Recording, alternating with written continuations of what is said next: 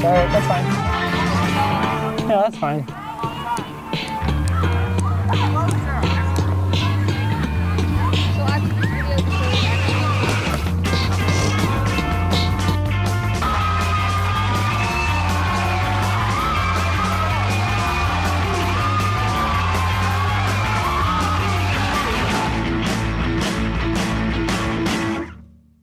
Thank you very much, ladies and gentlemen. Right now, I got to tell you about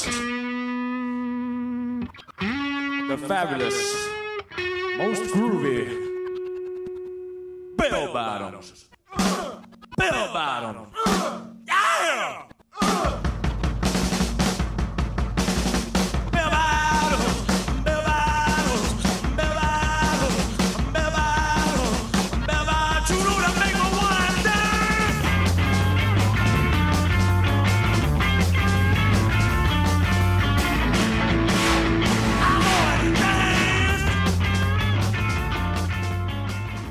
Good evening, everybody. Hello and welcome to the field at the Hudson High School in Morgan Bowl. I'm Dakota Antrim, and you're watching live coverage of Hudson Hawks varsity football. Tonight, the Hawks aim to make it 2 in a row as they take on Tyngsboro in the final game of this year's regular season.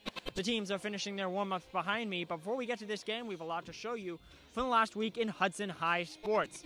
We'll look at the last week's football game against Quabbin. We'll then go a year into the past to see how the last meeting between Hudson and Tyngsboro went. We'll finally come back to our analyst, Joe Gatella, for a breakdown of some of Hudson's top plays from the Quabbin game before we take a look at some of the keys to tonight's game. We will also have highlights from Field Hockey Senior Night festivities on Monday night. There's a lot to get to, so let's get started. Last week, the Hawks took on Quabbin on this very field with hopes of snapping their 3-game losing streak. Let's take a look now at some highlights from that game. Football action in the Morgan Bowl against Quabbin. Hudson in a rematch of last year's game. Quabbin wins the coin toss. They get first, so Hudson starts out on offense. By the way, the pitch play back to Tony Francolini. He's going to rumble forward to the 30, to the 20, near to the 20, finally taken down. The big gain early for the Hawk offense. And right away, they're going to go for the end zone. Another handoff right up the middle to Tony Francolini. Gets through the tackle, falls forward into the end zone. Hawks go up early. After a solid defensive showing, Hudson is back on offense. Clemens takes a snap. Here's the handoff back to Tony Francolini. Francolini again finding a hole. Stays on his feet through a couple of Quabbin tacklers. Finally taken down after midfield. A big gain there for the Hawks. They said it wasn't the game plan, but very quickly in this one, it at least looked like it was the game plan. Here's the snap, and they're handing it off to Video's Tony 128. Once again, Francolini stays on his feet, falls forward just short of the 30-yard line. Tony Francolini having one of the best games of his Hawk career, and the Hawks still on offense here in the third quarter. Clemens under center, takes the snap. This time he holds on to it, goes to the sideline. He's going to hit Spencer Cullen, who's going to make a turn, stay on his feet, finally taken down. With the tandem of Tony Francolini, Spencer Cullen getting big yardage here for the Hawks. Let's get ahead to late in the game. Hawks looking for an extra touchdown to put something away. They're threatening here. Hudson flagged for offsides, but Corey Clemens, the quarterback, stays on his feet, keeps pushing. He gets thrown to the ground. A personal foul called against Quabbin. I still framed out my chair just just saying. Very excited about that penalty. That moves them up inside the 10-yard line. Clemens takes a snap, hands it off to Francolini. Francolini on his feet, powering into the end zone. He gets in easily. Hawks get that touchdown they need. Hawks win this one. They beat Quabbin at home. We said they wanted to snap that losing streak, and snap it they did. Tony Francolini coming up huge for the Hawks in that one as they roll past Quabbin to grab their second win of the season. Their first win since they beat Clinton on the road earlier this year. Now, despite the win, the Hawks are still far from where they want to be at this point in the season. They remain out of playoff contention and continue to struggle with many of the same issues fans have been seeing all season long. But they're going to send some of those fans home happy this Friday night as they face off against a Tyngsboro team they've had success against in the past. Let's take a look now at highlights from last year's Hudson-Tyngsboro game all the way up in Tyngsboro. It's a rainy day in Tyngsboro as Hudson heads out to Tyngsboro for a big road game late in their season. Being started off on a good note for the Hawks. Steven Miranda under center for their offense. He's chased out of the pocket on the run, gets the throw way downfield. It's caught, touchdown early in this one for the Hawks. They're hyped after that one. A tough season up until that point, but they score first. They get the lead. They go on defense, and right away, here's the pitch play from the Tyngsboro offense. Running back finds a hole, makes a cut there, shakes a few Hudson defenders, and he is free. A lot of green grass to run through to the 10, to the 5, into the end zone. Tyngsboro has answered. After thunder and lightning postponed the remainder of that game, the Hawks had to come back to Tyngsboro the next day, Saturday night. Here they are. Hudson gets another touchdown on the run play right up the middle. They're leading in the second day of this contest, but Tyngsboro will not be shut down too quickly. Here's the pass way downfield. Hudson intercepts it. Big interception there for the Hudson defense. They're going to run it back a long ways. Still staying on his feet, finally taking down near midfield, but a big gain for the Hawks. Tyngsboro on offense now, still trying to get something just lit up there by Spencer Collins. Big hit defensively, and back on offense, the Hawks. That's going to be Steven Miranda with a pass over the middle, finds his man. I believe that's Spencer Collins again, finding a lane up the sideline.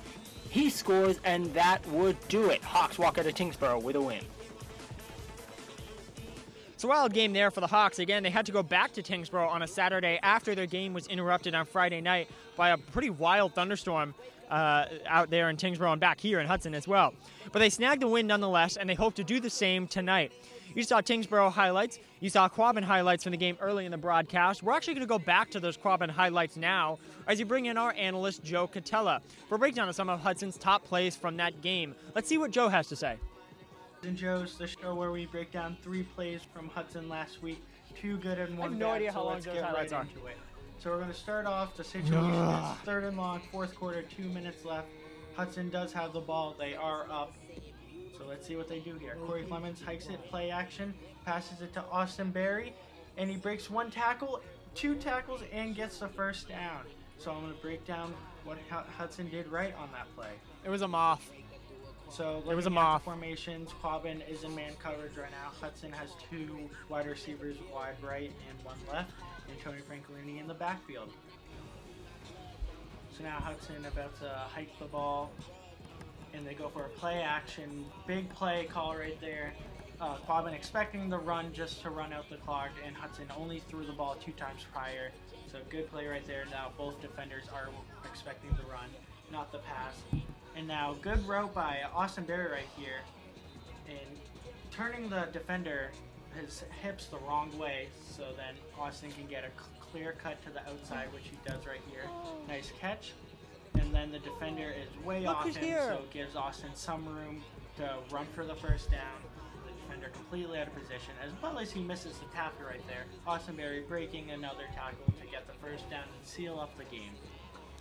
Moving on to the next play, Quabbin has the ball. It is 2nd and 9, down by 8 with 2 minutes left, going for a game-time drive. And the quarterback takes a snap. He throws it, intercepted by Calvin Johnson to seal up the game. That's brutal. So let's break this play down for you. So we're going to start off by breaking down the formations. Hudson's actually going 3-man rush right now. Very uncommon, but they are playing deep because they are trying to score. So now Quabbin hikes the ball. They couldn't get the jetpack. And for the most part right here, Hudson, they play zone defense. Everyone is being covered right now. And the pressure is going to start getting with just a 3-man rush right there. So very impressive defense right here by Hudson. So yeah, pretty much everyone is covered. There's really no one to throw it to. And the QB does try to make a play right here. But Calvin Johnson, just great positioning right there. getting the hips turned to get the interception instead of giving up a big play to What? sail up the game. Yeah. Moving on to the last play, Quabbin has the ball. It's 2nd and 11, and let's say what. Yeah, ball it's is just here. juniors and seniors. So they start not off, even many of quarterback them. in shotgun, man in motion. It's No, a I don't handoff think jet so. sweep. Bruno is. The wide receiver still going and gets around 10, 11 yards before he's getting tackled by the cornerback. So looking at the formations, Hudson is in his zone coverage like usual, and Quabbin has 4 wide receivers and a running back. So we're going to start with the motion. No one on Hudson makes any adjustments, which makes the big run really happen, start right away. So it's a nice handoff, and no one called the crack It's right neutral. there to the crack block. I'm kind of So blending that in means with the linebackers grass, just though, gonna so. get blocked and not be able to make a play. Austinberry taking a bad angle, one-on-one situation. Instead, the player just runs right around him, and then this is a terrible form tackle. He did get him down, so that is something, but he's standing up and kind of just grabs his head to the ground. But overall, Hudson had a very good game. Biggest win of the season for them by far. So that is your X's and Joe's, and see you next week.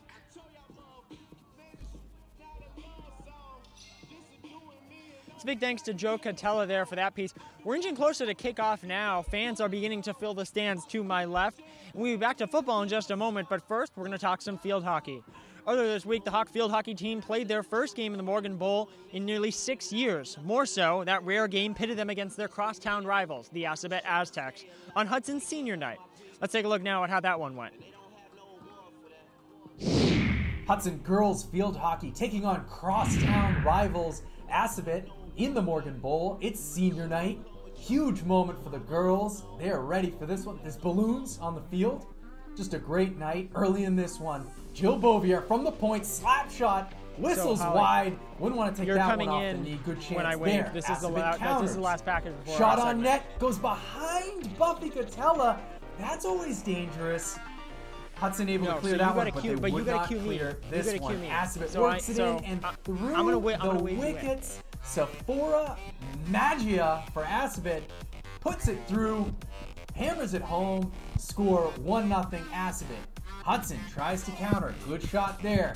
This Assabet goalkeeper was standing on her head. Look at this, dives to the left, makes a save there. Hudson couldn't penetrate, couldn't get a goal in the first half, and the first half ends 1-0. On to the second half, and Joe Catella with the call. Buffy Catella dives in, and it's a save she by Buffy. saves it. What a save by Buffy Catella. The crowd is insane right now. No way. That's Yeah, Joe no, you're Catella not supposed to be making on the the call sideline. for his Holly. sister.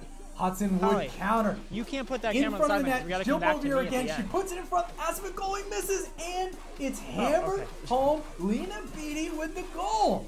Unbelievable goal to tie it up in slow motion. Watch as Lena Beatty puts it home. And Jen Wallingford, get excited over there on the bench. Moments later, 5 minutes left in this one. We'll go to the call from the boys. Nope, thrown to the shot net, on net. and it is cleared by Assabet. Can't clear enough. Anna Bond tries to put it to the net. Another shot. A great save. And He it scores! Another goal. Hudson What a gets play! Shannon Bonner on senior night. Look at it in slow motion. What a moment. Does her best Bobby Orr impression. Look at the sidelines. Look at Wallingford. Get excited. Girls go up 2-1. All Buffy has to do is make a couple saves. Can she do it? Can she win it? 1 save, 2 saves, able to clear it out. one of the harder And shots that on the team. would do it on senior night. The girls pull it out. Hudson comes out with 2-1. a win on senior night. Unbelievable effort. They all rush to Buffy Catella in net. She's excited. Great job, girls.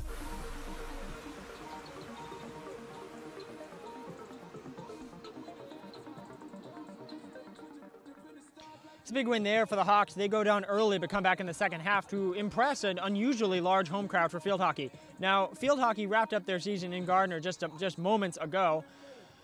We'll be getting scores from that later in the game.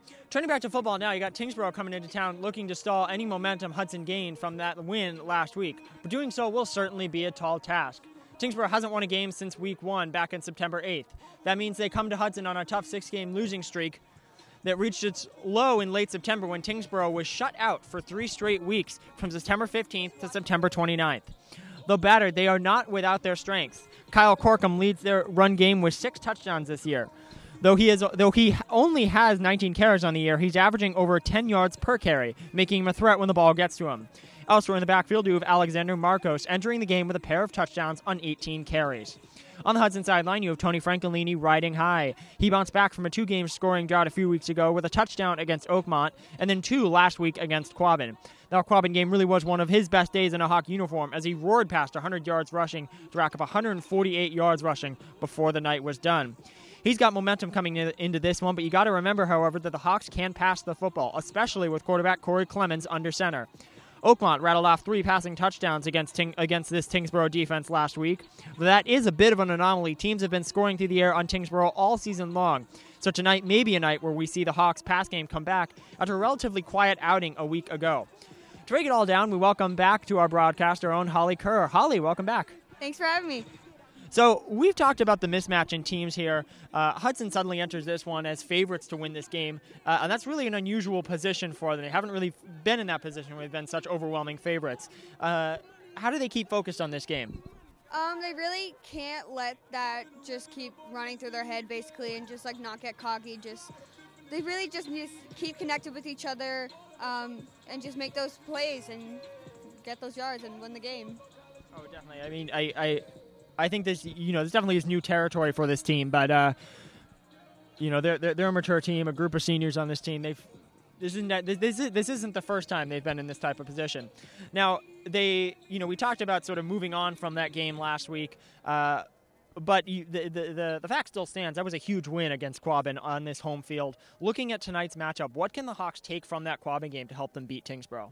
They really just need to keep doing what they did well last game. Also, just stay focused on each other, stay focused on every single person on the other team, keep them eyes on them. Also play confidently, if Tyngsboro gets a score, they can't really bum themselves down.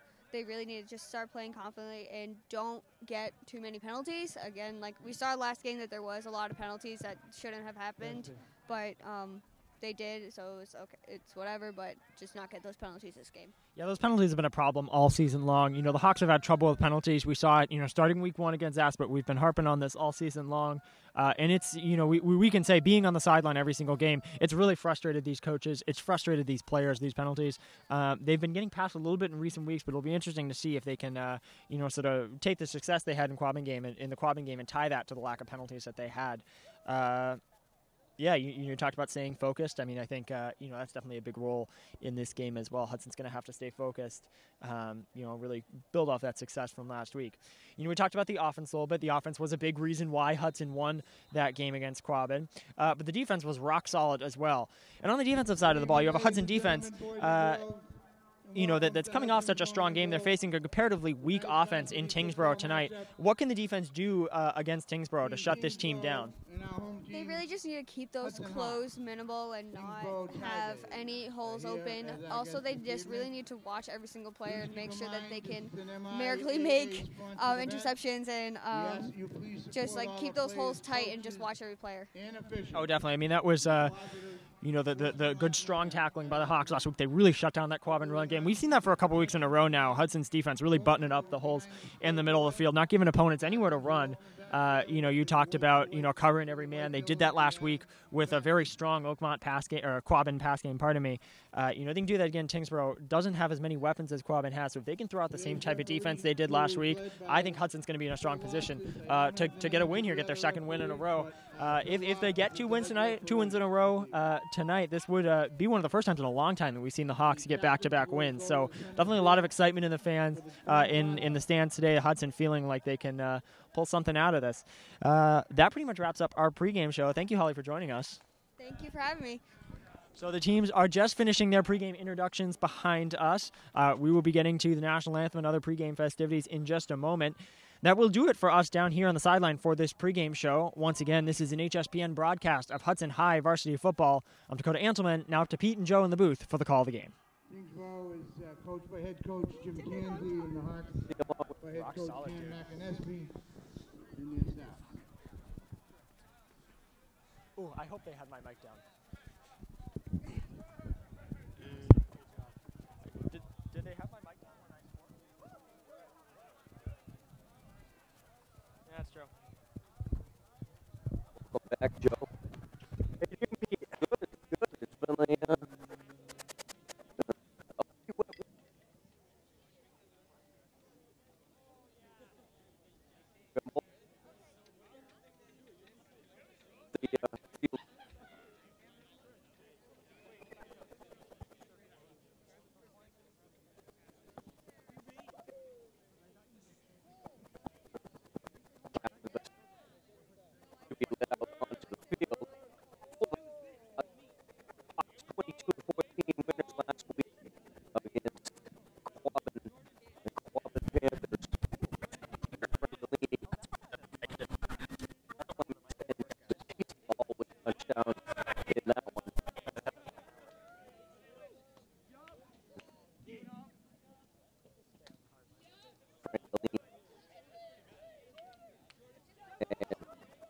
The Hawks, number 73, Cam Hannigan, 15, Sudge. Number 58, Numerowitz. 25, Spencer Collins.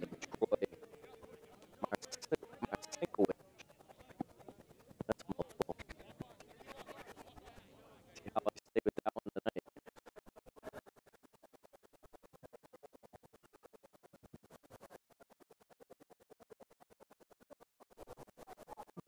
Looks like number 22, Stallion, number 8, Bill Sutherland. Didn't see the other number at the moment.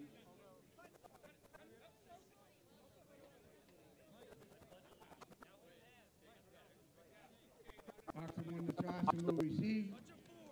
Tyngsboro defend the goal to our right.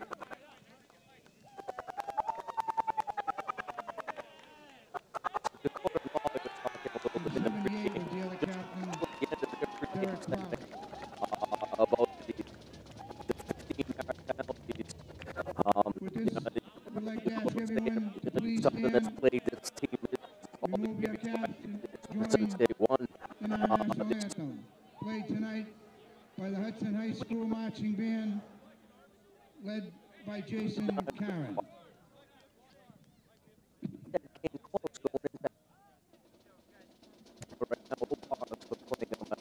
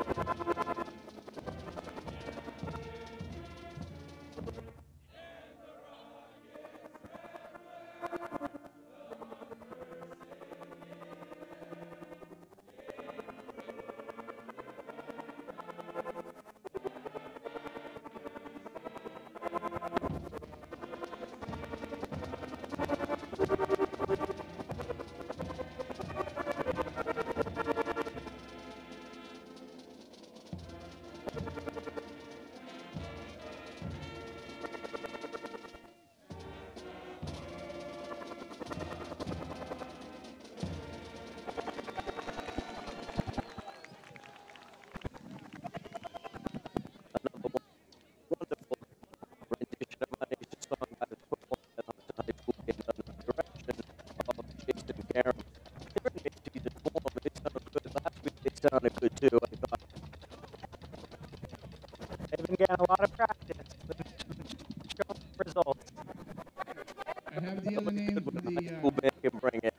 umpire Scott Bouchada, line judge Dean Bennett, field judge Dan Furman, and the back judge John Glowik.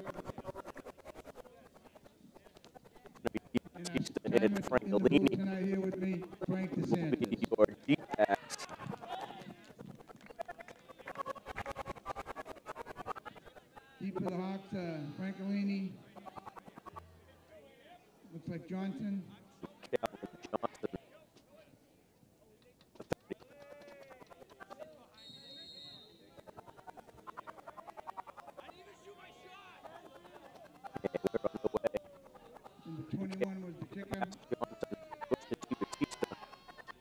near side. And he'll be brought down Ball is taken back to about the made by number 2. 26-yard line.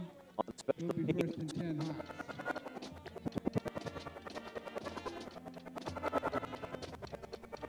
Corey Clemens, quarterback for the Hawks. So the Hawks will start at their own 27-yard line.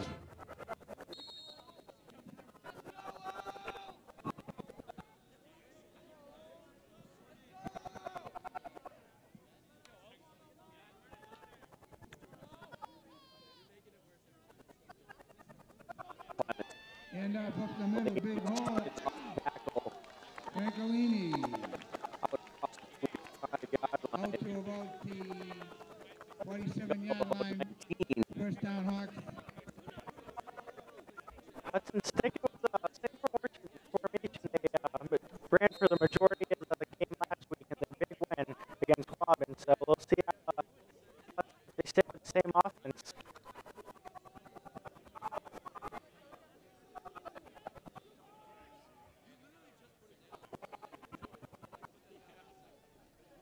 Francolini again. Bounces off one. Bulldozes his way there down to about the 45-yard line of Tyngsboro. Great second effort by Francolini. Second down, about 2. That first block from number 33, Calvin Johnson, in a fullback position. Francolini's been able to get a good first step.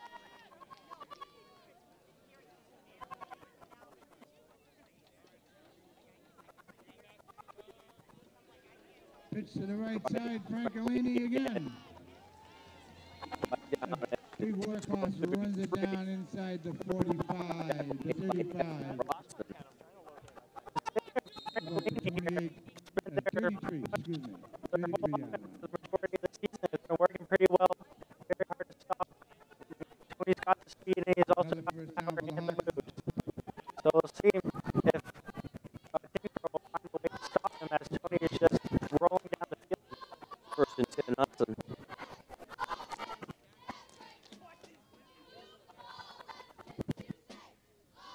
Francolini again on the carry. 25. Inside the 25, down to about the 23, 24. Be second and a long yard. Fullback is Hunter Pennington. And because Todd Johnson, he's playing as their wide receiver right now. Hunter Pennington has big blocks, leading the hole for Tony Francolini.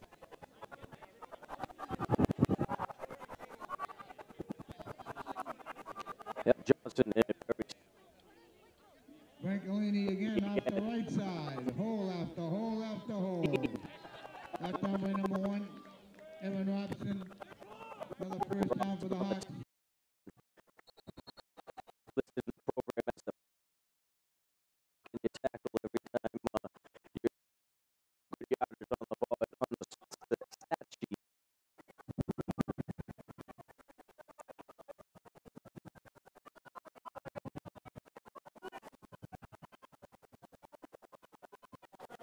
Be first and 10 for the Hawks from the Tyngsboro 13.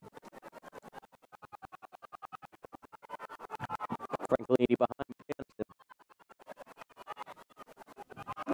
Francolini again inside the 10, brought down that time. 7 Dylan Lucy.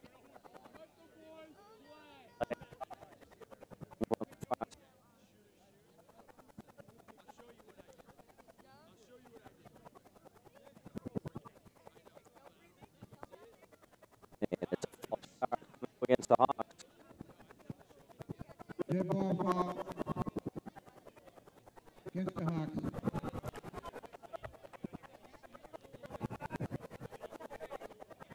Well shot. 5-yard penalty.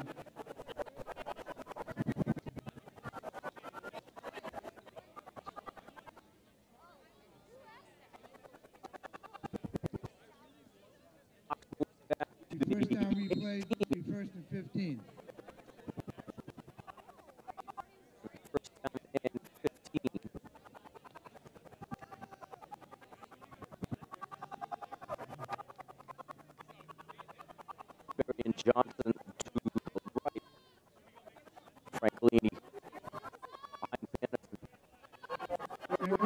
the left. On the left side.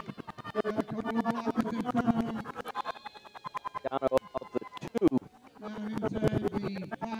Probably about the 3 or 4. Around the corner. And it's another first and goal for the Hawks.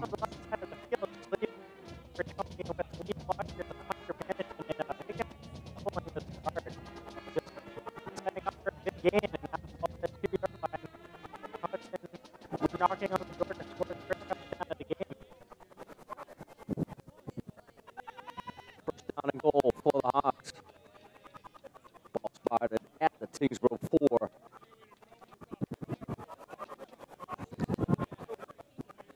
Carries to the left, Johnson to the right at the numbers. Francolini on the carry. And he's in for the touchdown. Tony Francolini from about the 5. Give them all the Francolini. Yeah, you can say that was a good drive.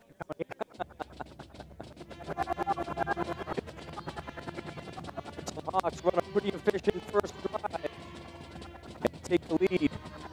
6. Is that a 6 or an 8? I think there's a light out on the scoreboard. It looks like 6:52 left to go in the first quarter. And the extra point is no good. And the extra point is no good. Score. 6:46 remaining in the first period. The Hawks 6, the Tigers 0. It looks like Hudson went for some kind of trickery on that two-point conversion, but it just did not work out well. And it leads it to 6-0 Hawks.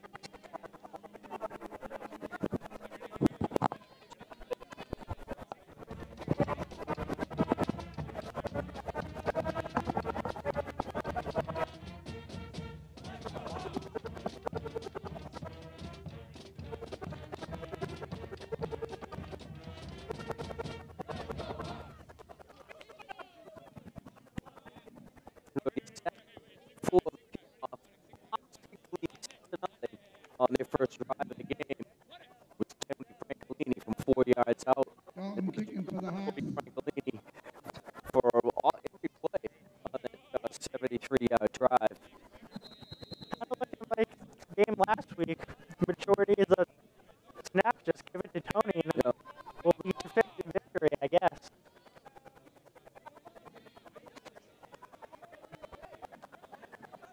Let's see if Hudson does another short kick like they have been. Now it's Dalton. Taking it about to 15. Slipping and sliding Alex over Mako the saw the 30-yard return line. up to his own 33-yard line. It'll be first and 10 for the Tigers. Hudson mixing it up by kicking it down the field. Last game, Bobby did have it for kicker, but the majority of the kicks would have been onside kick. Kicking it down and giving Tyngsboro the ball around their own 30 to 31-yard line. Carmichael, single call for Tyngsboro. Gives a sweep in motion for Eric Robson. On the right side. Looks like no gain. No gain on the play. Evan Robson, the ball carrier.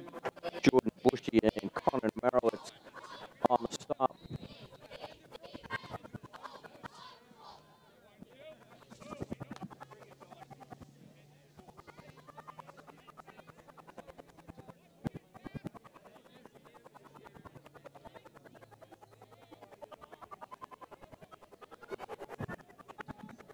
To the left, to the right for Carmichael. And he's going to keep it Quarterback in keeper. the backfield. Gets hammered. Lamb down.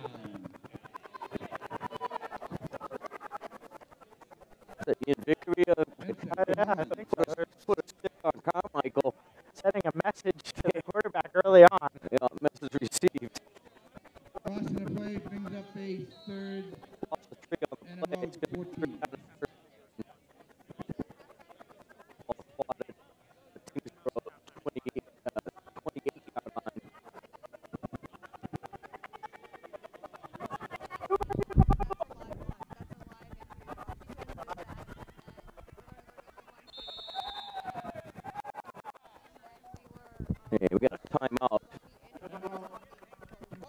football.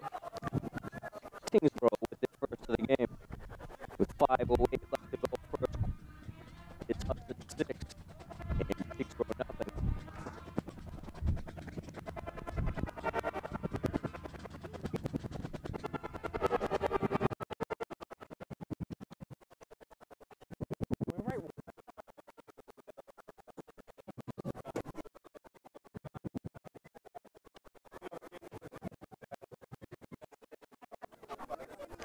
Big play offensively here for Tyngsboro. I had to get my mic. Wish I could sing.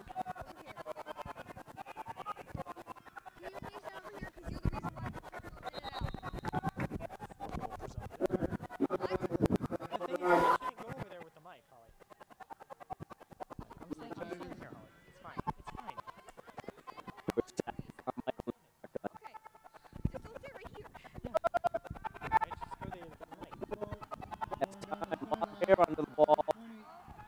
Good chance for Dalton to defend that pass.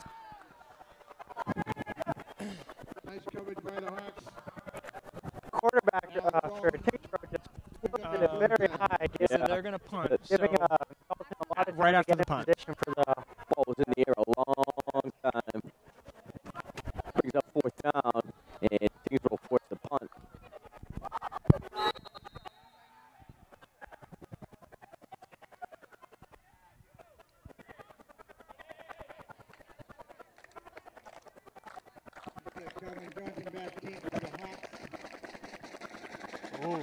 To tease the back.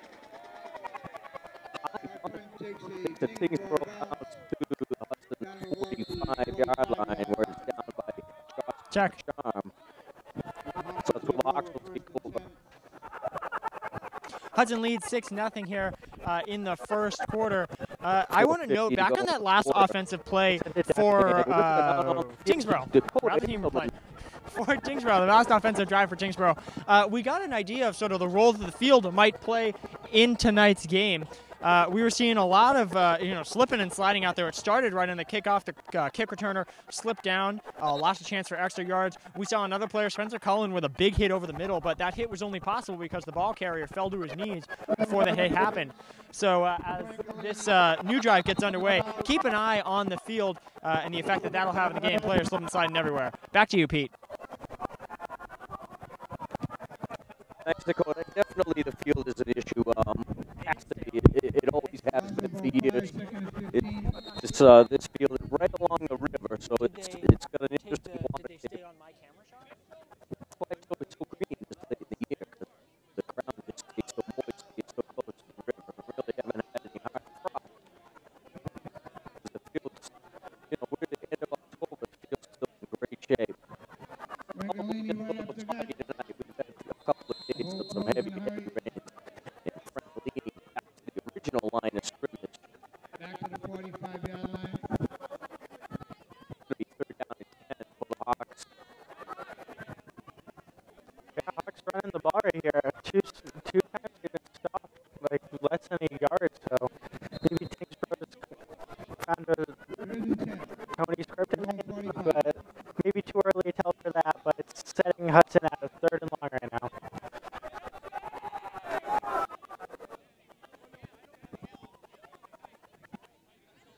Clemens rolling. Rolls to the near Got a couple of sideline. receivers. Complete. Spencer Cullen on a crossing pattern. Tyngsboro, 41-yard line. 41-yard line. First down, Hawks. For a 3rd down, they put the game this time. And strike to Spencer Cullen. And Corey, perfect game last week, 4 for 4. Maybe expecting a few more passes this game after the great 3rd and long conversion.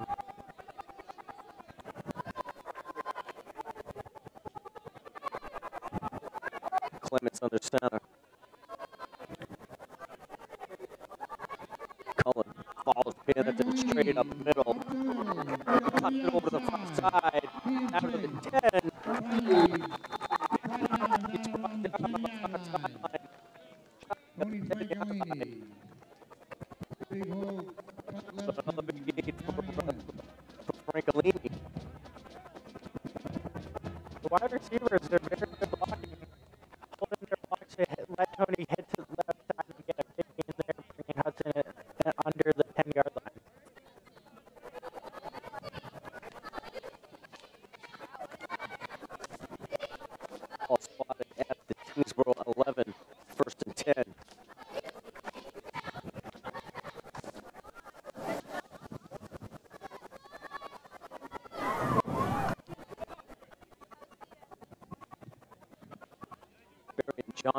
left side. And Franklin edge on the left. Down inside the 5. Pushed out of bounds at the 4-yard line.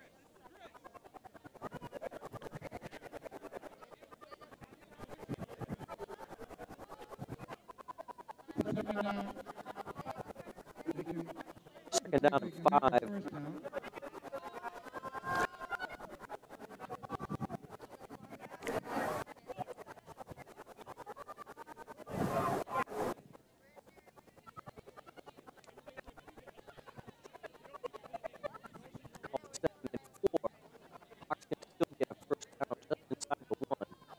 And Clemens would keep the time. In for the touchdown.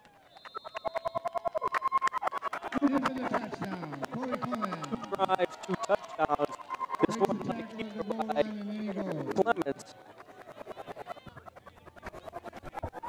The QB sneak for Hudson and Corey Clemens have been very effective throughout the past few games and not running it once, probably expecting a run up the middle by Tony. Good play call by Hudson, getting Corey Clemens first TD in the game and putting up Hudson. 12-0. They get the super cover.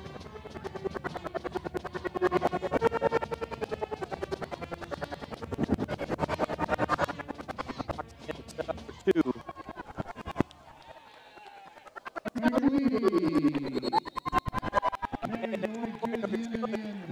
Passed into the corner.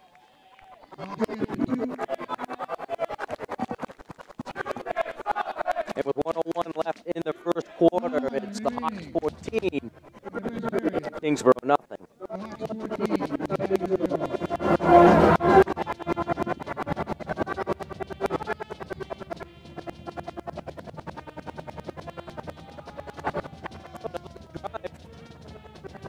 Third down conversion.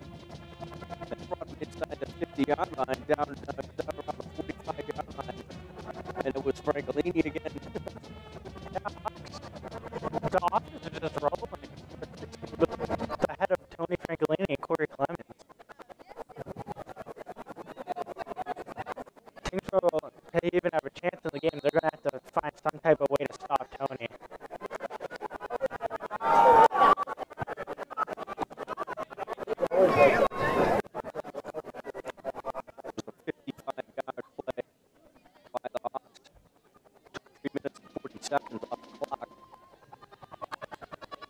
On the bounce, 29.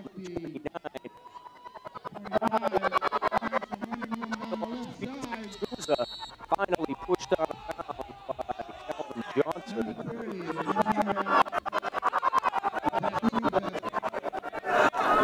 So Souza with a good return.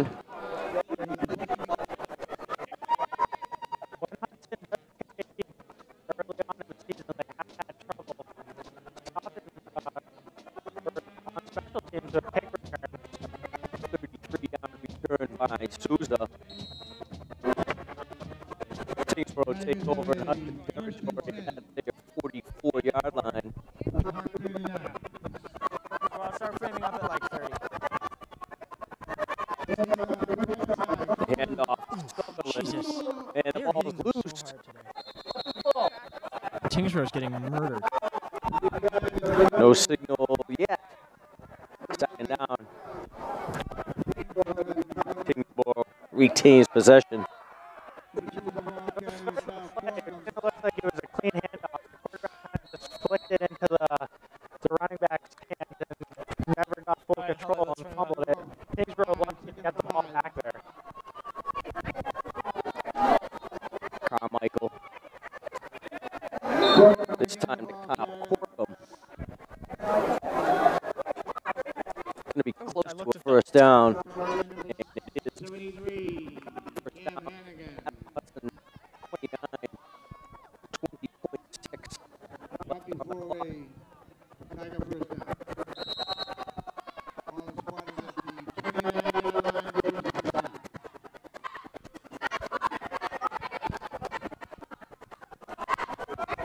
Down to 10 seconds left in the quarter. And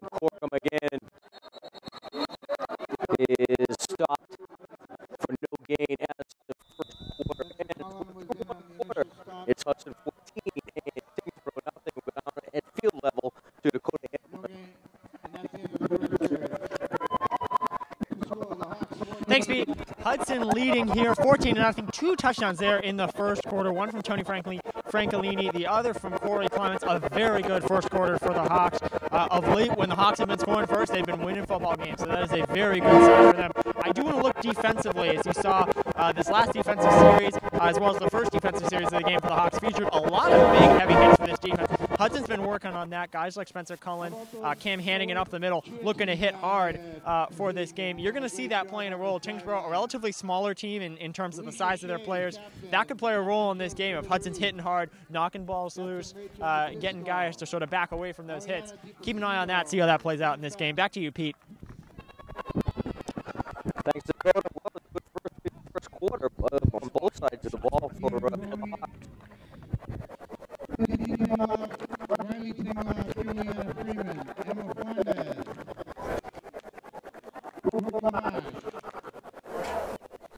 Ariana Resendez. Rodriguez. Coach Ashley St. Morgana and Aaron Peckham. How about Lou, the one down there, Madison? So it's 2nd down and 10. There she is. All spotted at the Hudson 29.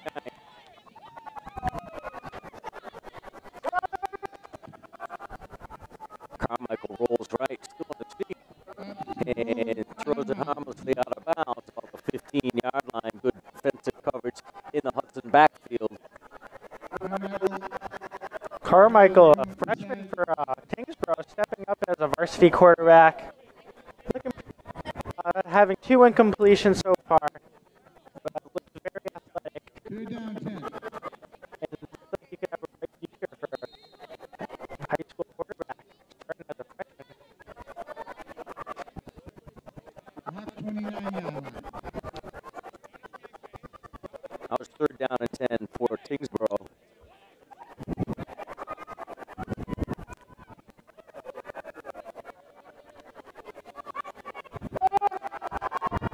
Carmichael fakes the handoff, tries to throw on the run, incomplete.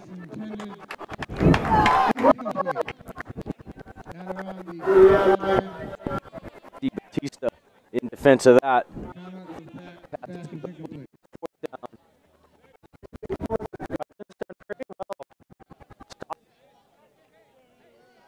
In the beginning of the season, there's been a lot of improvements, especially with stopping the pass, struggling in the beginning, and now the past 2 weeks just looks like a no-fly zone on the Hudson defense. 5 wide now for Tyngsboro. Carmichael in a shotgun.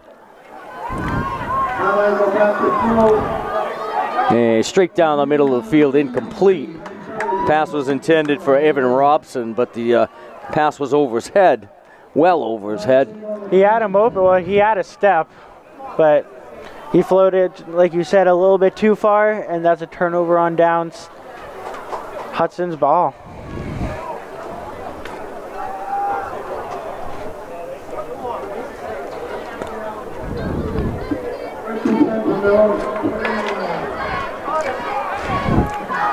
So the Hawks take over on their own 29-yard line. 2nd quarter just underway. Hawks are on top 14-0. If you're just joining us, I'm Pete Conti. He's Joe Catella.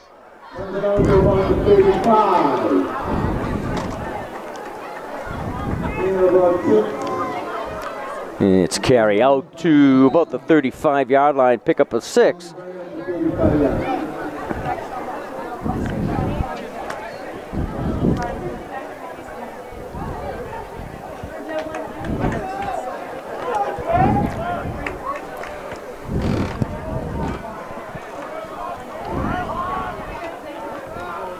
Clements gives to Francolini, left side.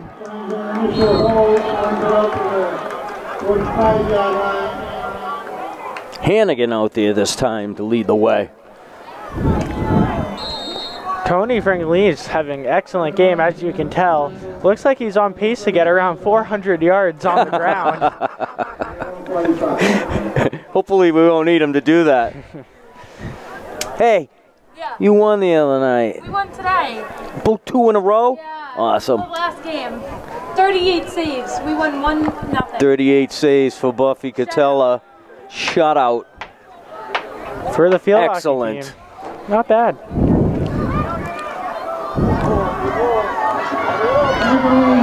Francolini again into Tyngsboro territory. Finally forced out of bounds about the 41-yard line by Robson.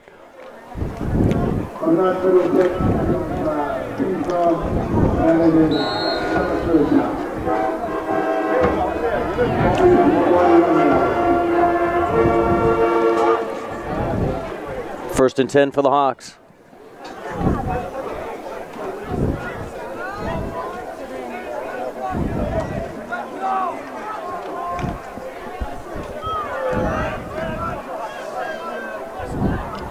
Clements under center. And Francolini follows Panetton and Higgins. So everybody up front is getting a chance to lead the way for Francolini. And all making good blocks too, getting him a hole, and Tony Francolini just doing the rest.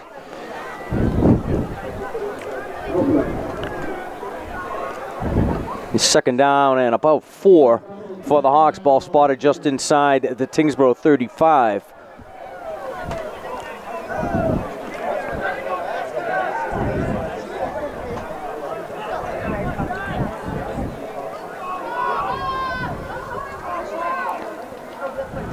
Clemens.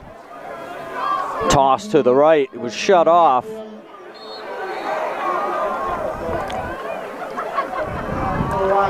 Penetration that time by Alex Makos. That stopped the whole play. He sealed off that edge, forced Francolini to try and reverse direction, but he was cornered. Yeah, Tyngsboro sending some of a little blitz there, knowing that it's most likely going into Tony Francolini's hands, trying to slow him down, get more guys in the backfield, and big play there, making it a third and about 7, 8. A loss of 4 on the play. Third down 8. Clemens fakes a handoff, gets the late block by Francolini, and he takes off. Pickup of a yard or 2. Looks like he's back to about the Tyngsboro 33. Clock continues to run. 6:48 to go before the half. Brings up 4th down and 5 for the Hawks. Looks like Hawks are going to go for it here.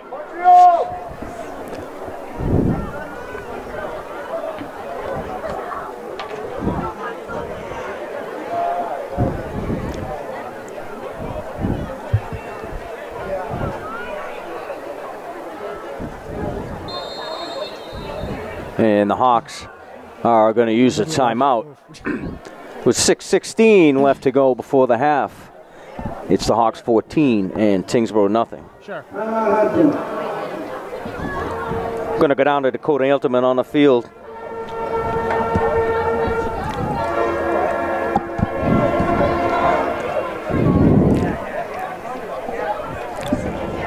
Yeah, we just...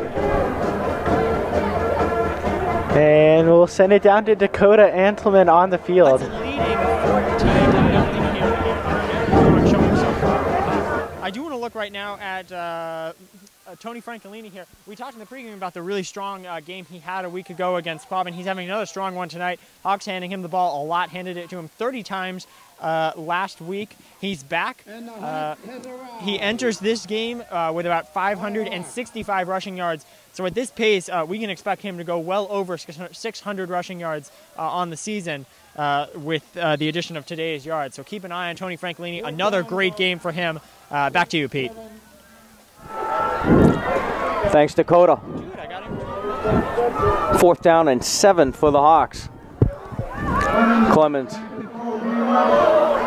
looking for some room, trying to spin off tackles. He's still on his feet, but he got pushed further back and finally spun down at his own 46. Forward progress is going to be stopped about the Tyngsboro 46-yard line. So the Hawks turn it over on downs. That's the first time tonight. But both teams now have turned it over on downs on consecutive drives. First time for the Hawks tonight. The Hawks looking pretty one-dimensional on 3rd and longs, most likely going to pass it. Going for the play action doesn't do much there. And, or fourth, that was 4th and long right there. And Tyngsboro was expecting the pass, and they clamped up, and now turnover on downs. And now Tyngsboro has a chance to cut the score in half soon. Getting the ball at around the 50.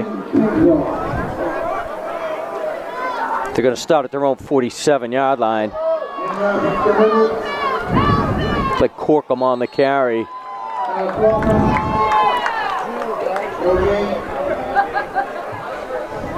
Vickery and Merowitz in the fray.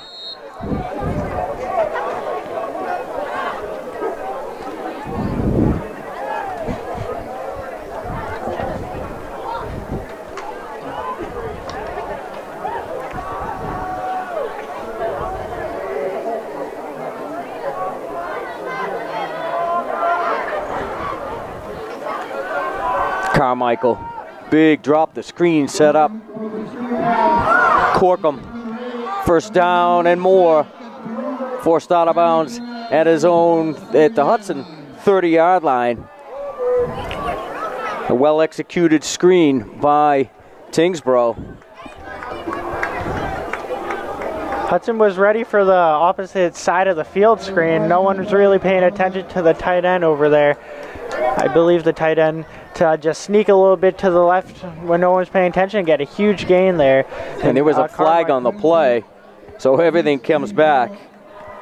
Well, there goes that big play. But it was still holding good. Is the call. Executed very well. Other going to go holding. Against Tyngsboro.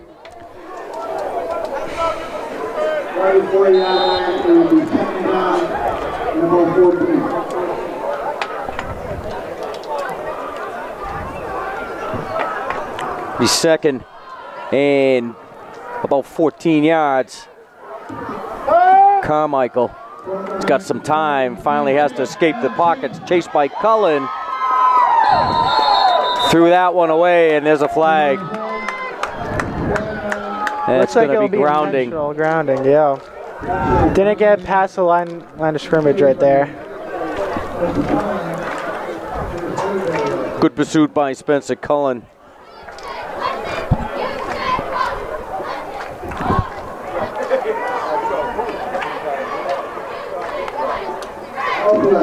No flag on the play. He's going to pick it up. He's outside the tackle box, but there's still no receiver in the area. But Carmichael able to unload the ball. Cullen with great pressure.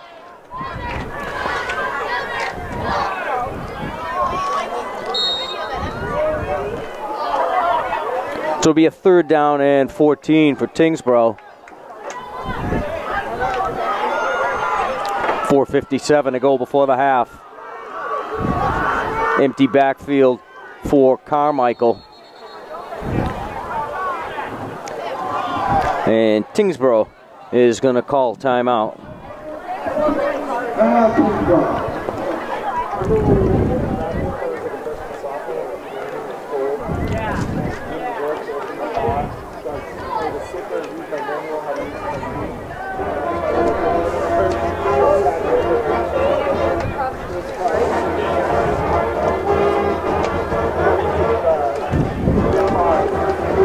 We're going to turn all this over to Buffy at the half, so I don't know what she's got in store for us this week. Always preparing an interesting halftime show.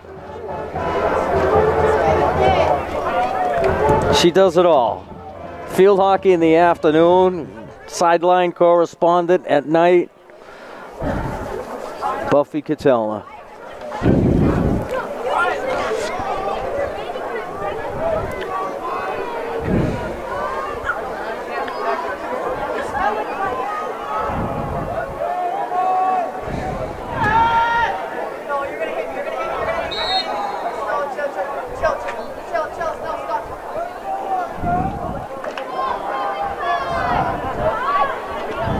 Third and 14.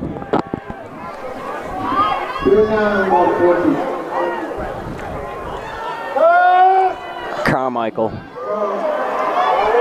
Got a man downfield. It's complete to Robson. Going to be a first down for Tyngsboro, forced out of bounds at the 33. And it looks like Dalton up with a limp. See if he makes his way all the way to the bench or is able to stay in. Yeah, there's no Hudson. And Barry's going to go in to replace him. No Hudson defenders right there to cover the wide receiver. Mix up in communication. Hudson does run his own coverage, but big third down or game. Fresh set of downs for Tyngsboro. The give to Corkum, still on his feet down the far sideline, finally tripped up about the 11-yard line by Austin Berry.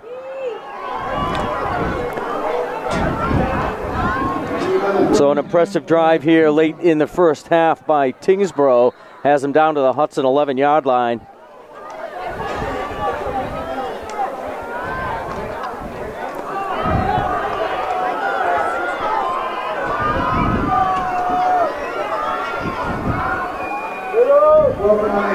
Corkum again hurdles one tackler, and progress stopped around the 10.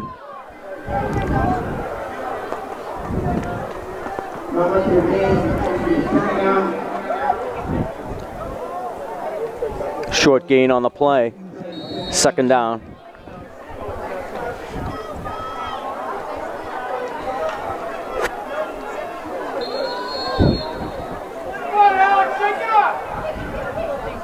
And timeout by Tyngsboro, their third. They can still get a first down. Looks like just inside the Hudson 1-yard line. Tyngsboro's been just rolling down the field on this drive after that big third down conversion, or fourth down conversion, I believe. Just running the ball very effectively for the most part. And yeah. And the pass to Robson too was a big play, but that's the one that came back. So they're starting to gain some chunks of yards. Yes. Which the Hawks got to be wary of. Second down and 10 for Tyngsboro. Corkum, left side, going to be stopped short of the 5.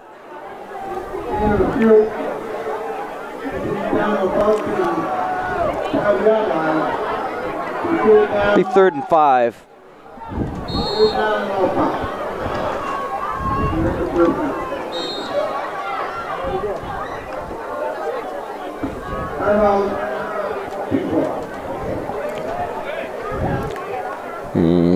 Tyngsboro with another one.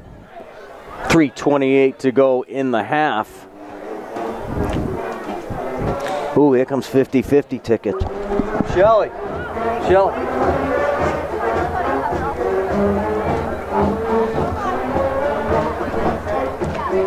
Tyngsboro are using the majority of their timeouts on this one drive, knowing it's a very promising drive. So they're going to try to do what they can to try to get the ball into the touchdown. Try to keep the game a one-possession game. Are you kidding me? What are you watching? What do you want? Oh, what's this? Oh, 50-50? Yeah. Pete going for the 50-50 raffle. That's right. This transaction's being recorded. Thank you. Oh, let me give you the winning ones. You guys want anything to eat? No, thanks. We're good. Give me the ball! 3rd down and 5 for Tyngsboro. Ball spotted just outside the Hudson 5-yard line. Carmichael with the keeper. Chopped down about the 2-yard line. Thank you. Shelly Francolini from the Hudson Booster Club. Booster Club doing wonderful things since school started this year. Yes, Tony Francolini's mom also. MVP of both. Yeah, I've like the junior boosters. Got some underclassmen really have made a difference. I talked to Shelly a little bit last night. So the underclassmen have really made a difference with the spirit in the school, through the junior boosters. A lot of activities that the junior boosters are putting on. Carmichael. Wow. into the end zone. Touchdown, Tyngsboro. Breaking multiple tackles there. Carmichael just with the QB draw down a little bit down the, or pretty much down the middle, and just carrying that touchdown right there, doing a lot of it by himself. So Carmichael keeps Tyngsboro in this one with the 5-yard keeper.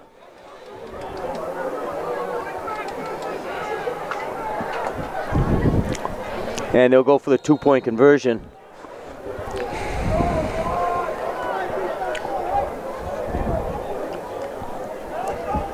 Nope, they're going to kick it.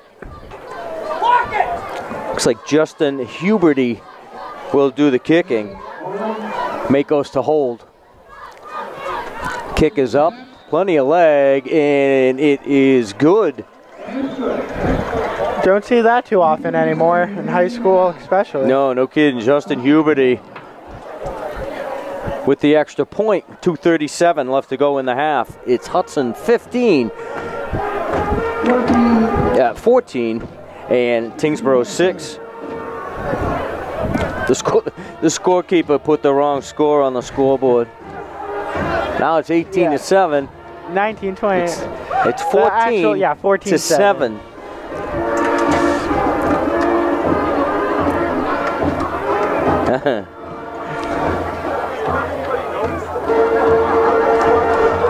So Carmichael keeps Tyngsboro in this one from 5 yards out.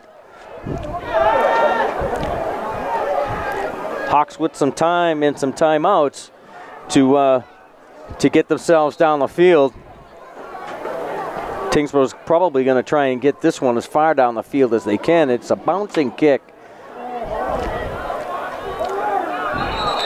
Picked up at the 36, and a slip and fall. Looks like Austin Berry tried to get that first step, and his feet came out from under him. Once you touch your knee down, the play is over. So the Hawks are going to take over at their own 37-yard line with 2:36 left to go in the half. Tyngsboro players not too happy about a hit by Tony Francolini, and there is now a flag from the player talking to the ref about the hit, I'm guessing. And an unsportsmanlike, untimely unsportsmanlike penalty assessed against Tyngsboro. So this one's going to be marched off close to midfield, across midfield. Down to the Tyngsboro 48 is where the Hawks will take over. Bad penalty by Tyngsboro.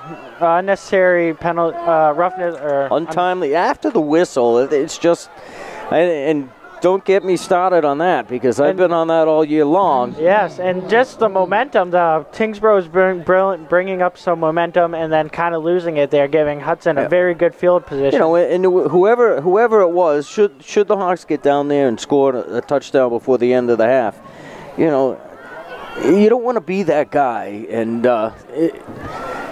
it just gives the opponent such an advantage. Francolini tries to sidestep but can't get out of the grasp of Joshua DePercio.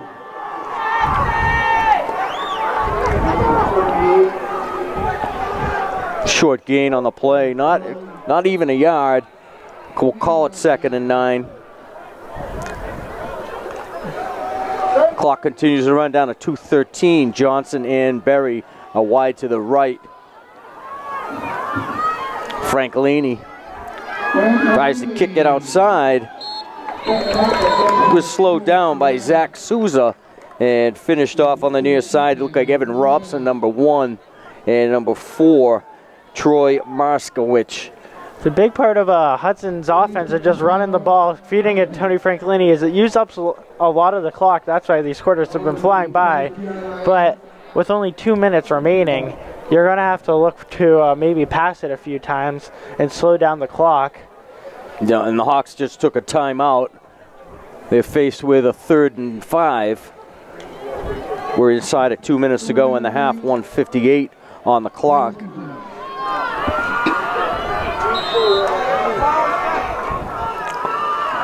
Francolini behind Panetton, kicks it out to the right a little further. Down to the Tyngsboro 30.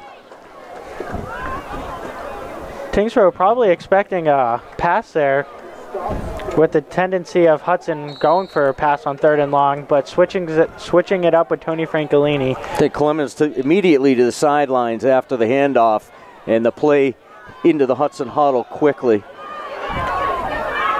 And Francolini into the waiting arms of Jake Kelleher.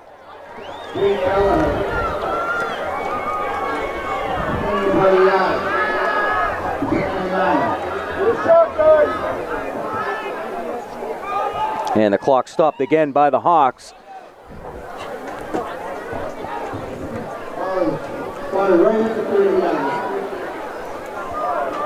Ball spotted at the Tyngsboro 30.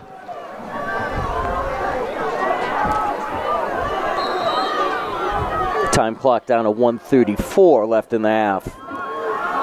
Francolini finds a hole in the middle. Down to the 25-yard line. Made himself pretty small getting through there. Man, many Tyngsboro players in the box there. Still gaining some yards though on the play. 3rd and 4 for the Hawks. Francolini finds some room right side. First down to the 20-yard line. 1:07 on the clock, and it's a timeout.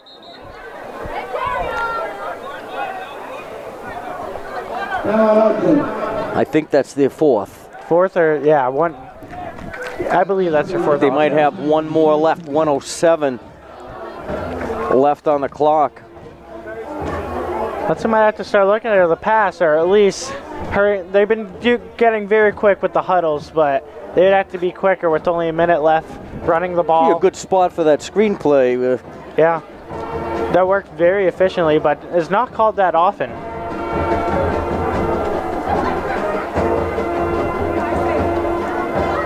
Clock down to 1:07. Ball spotted at the Tyngsboro 20-yard line.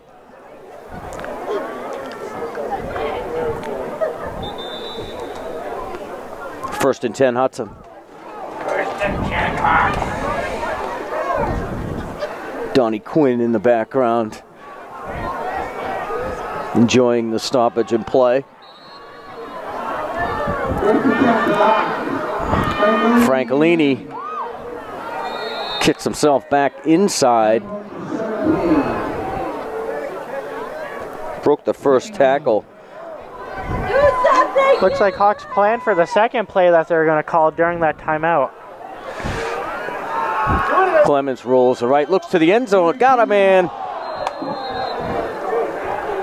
Pass was tipped in, a late flag, and here goes another one. Must be some chatter. Tyngsboro players clapping their hands. It was on Hudson. I did not see what the call was. Ineligible man downfield for the Hawks.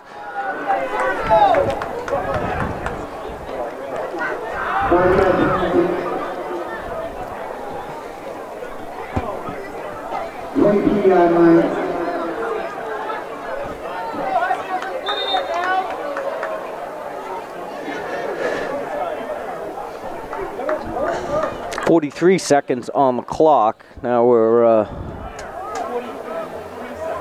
waiting for the spot of the ball. Tyngsboro coaching staff wants an explanation.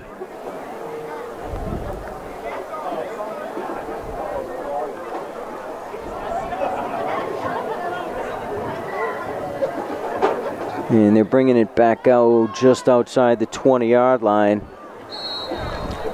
It's going to be second down and 11. With 43 seconds in the half. Clemens. Just ahead of Austin Berry. Another good block by Francolini. He chopped down the rusher from the right side.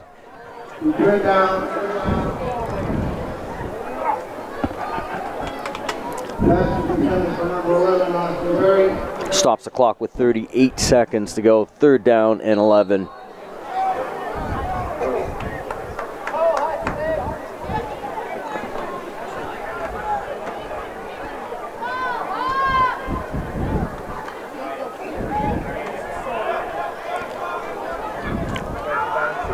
3 receivers to the right for Clemens, 1 to the left. Francolini out of the backfield. Clemens with some time, looking downfield. He's got nothing, and he's sacked. Gonna be a loss of 2. Everybody covered downfield. Looked like at first he was gonna try that swing pass to Francolini out of the backfield, but he turned and concentrated on the right side, and he was sacked for the loss. Yeah, Corey Clemens was trying to point some of his receivers up upfield, but no one was getting open, and then Corey could only try to shed a few tackles, but just took the sack, and now it's going to be a 4th and long with about 22 seconds left on the clock. Hawks with the timeout. I think that's it.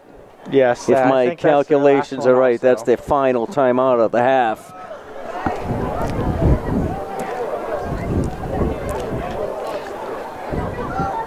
I always try to keep count of how many timeouts that get used, but sometimes I just don't remember to put it down, and by the end of the half it gets me.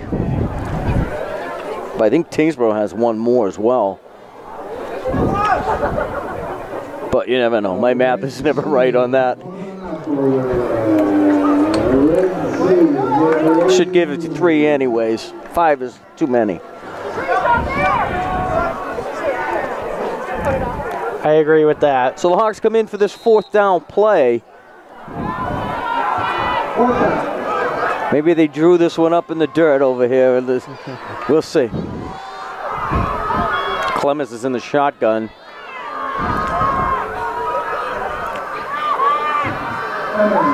Looking left, looking left. Has to escape the pocket. Now he's looking right. And he is driven out of bounds on the far sidelines. There is a flag on the play. Oh yeah, there was a hit out of bounds, if anything, or an unnecessary roughness, but the penalty is gonna go Hudson's way. He got drilled over here. Yeah. How to get that one away? When it's 4th and when it's just. Did you get a replay on that, Linda? You just kind of want to maybe chuck it up there and not take the sack on 4th. At least give your wide receiver a chance to fight for the ball. The ref's still consulting what the penalty's for. Let's go, Red! Clock down to 12, just under 12 seconds, 11.7. I think we're going to Buffy at the half, but I don't see Buffy. She's still making her way through the crowd. Kind of socializing down there. I don't see her on the field yet. So. Wow. It's a big penalty.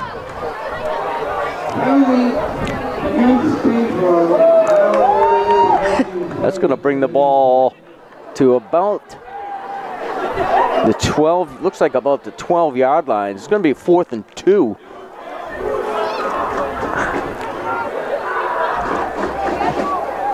I'm guessing it's unnecessary roughness.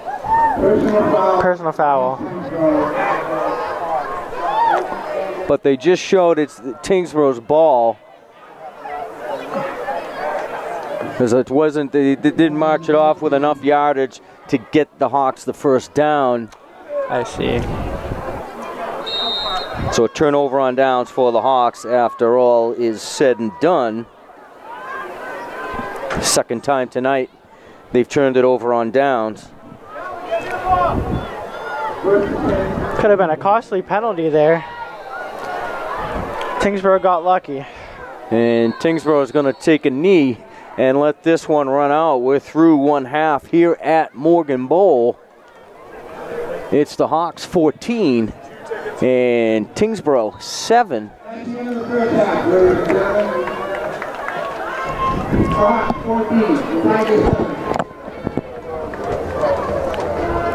And I think we're going to go down to Bud. Looks like Buffy found her interview for her halftime segment. We'll give her a minute to get set up before we go down to her. And with the halftime score, 14-7, we're going to go down to Buffy Catella on field level.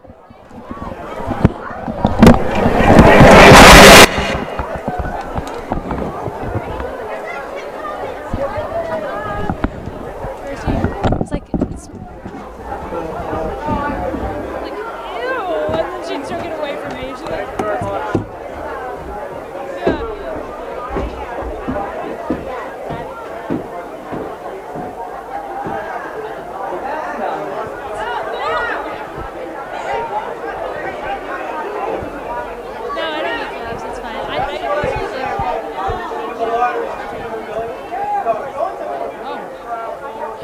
welcome to the HSPN Halftime Show. I'm your host, Buffy Catella. I'm joined here with Jessica Winders, the athletic director. So, you know, she's here today to talk about fall sports. So, let's talk about fall sports. How have they been going so far? Like, a lot of them are wrapping up right now, right? Yep, a lot of the sports are wrapping up, so we will finish up next week, and there's a good chance that boys soccer might make the districts. Volleyball qualified for districts the other night against AMSA. Huge 5-2 win over AMSA. It was very exciting. And football's on a great winning streak right now, having beat Quabbin last week, and we're up at the half right now, so things are looking good. So, I know we're in the fall season right now, but looking forward to winter. How excited are you for the winter sports that are coming? It's funny you asked that, because I was just talking. Someone asked me if I was excited for winter sports, and I just can't believe that it's already winter. Like, the fall season went by so fast. I don't know if it was the weather or what, but it flew by. But I'll tell you, I love watching hockey. I love watching basketball. Gymnastics is probably my favorite sport to watch. So I'm super excited for winter to start, even though fall is just wrapping up. I hope that we can do some things in the postseason, and you know, then it'll be Thanksgiving, and then right back at it. So. Well, yeah. In terms of Thanksgiving, I was going to ask you the Thanksgiving game. Like, we were talking about this earlier. How's this looking for you? So the Thanksgiving Day game. So my first year, we went to Marlboro, and we were under 3 feet of snow. I don't know if you remember. And then we hosted, and it was like 75 degrees out, right? Then last year it was freezing out again in Marlboro, so I'm hoping that we get a really great day weather-wise, because that always makes more people come out for the game, which makes the atmosphere so much better for the boys. So we'll see. I mean, we're going to get some two competitive games, hopefully, in the playdown. We'll find out those games on Sunday. The committee meets tomorrow, and we'll find out who we play the next couple of weekends, and hopefully that prepares us to show up on Thanksgiving and do some damage. Serious damage. Well, thank you so much. I'm going to send it right now to the lunch video that I made last week. Because this week was National School Lunch Week. Isn't that pretty cool? Here we go. Let's take a look at it. Thank you. And I'm the manager at the Hudson High School cafeteria. And I'm going to show you what we have to offer for the children for food.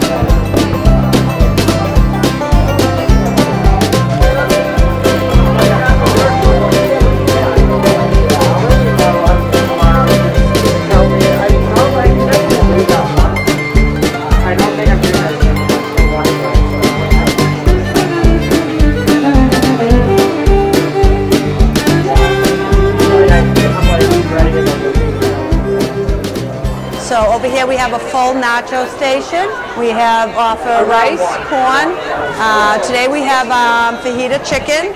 We also offer meat different days and different kinds of chicken on certain days. We have condiments that go with it that the students can put on themselves. And then over here we also have it's a burger bar. You can pick your toppings that you want as well over here. You can get any kind of burger, any kind of chicken patty or grilled chicken sandwich. This is our chef production station. Today we have on the line, we have themed dumplings with vegetable and rice today. We also have a full salad bar over here that the students can help themselves to anything at the salad bar. That goes along with any of the lunches that we offer here as well. And then over here we have a pizza station. which we have cheese pizza and we have pepperoni pizza every day. We also have a special pizza today, which is a white ricotta pizza. And then we also have a full deli. We have all kinds of deli meats, turkey, ham, chicken, and all the lunches are also served with choice of white milk, chocolate milk, and it also comes with juice and fruit. And they can purchase waters. We also have snacks for them to purchase over here. So that's the high school cafeteria. Come down and join us for lunch.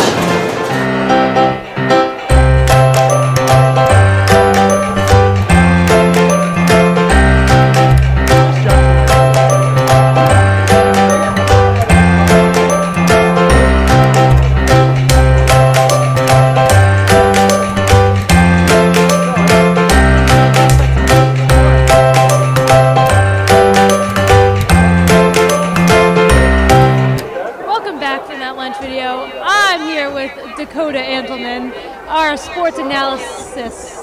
Here he is. Yeah, with a sudden coughing attack as we start this one. might be the flower they just threw for the Red Sea. Well, yeah. So you got the chance to talk to the athletic director, Jessica Wingers. 14-7 the score here as we go through.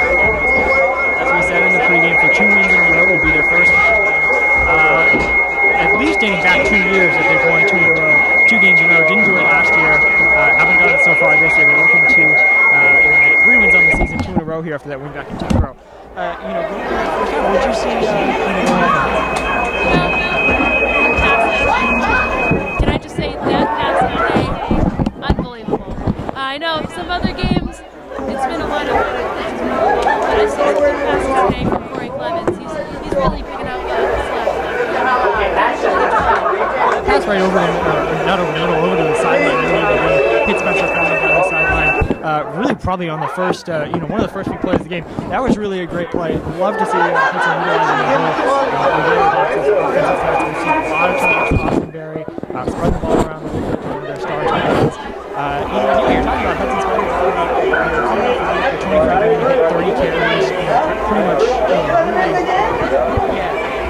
he comes into this game, he's one of their best threats, but you love to see him. Hudson scores first again there. We talked about that a lot during the season. Hudson was at first early in the season struggling to score first, didn't score first, didn't score first.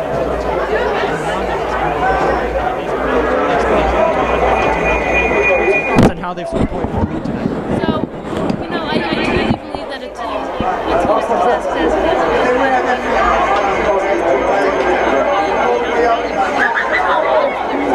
I do think that they're going to be able to pull off the win tonight. Just scoring first, I feel like a player perspective. That gives you that momentum, and that keeps you going. When you don't score the first goal, it can be really tough for you to come back. You got to boost some morale and really pull together. This is something we know it's not fun. It's why we're paying attention to it. We wanted the Hawks to get the first one. We wanted them to win those close games. Lost week 42-14,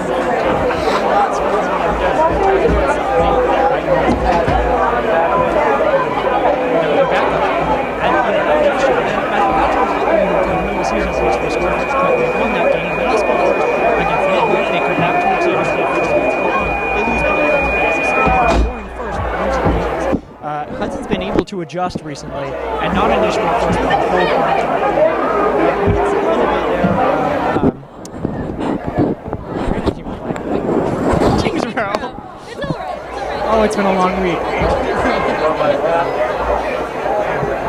Tyngsboro coming in. We saw Hudson get a little lapse there, sort of towards the end of the second quarter there. You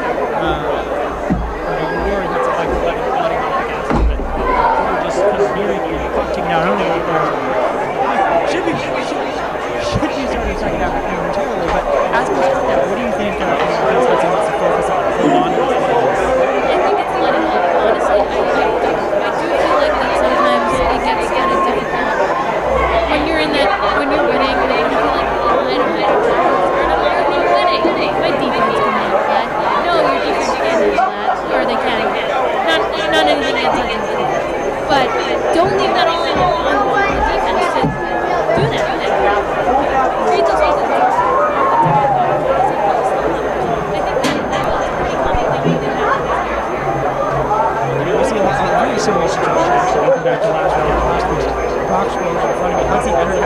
16-6. 2 touchdowns, 1 touchdown, extra points.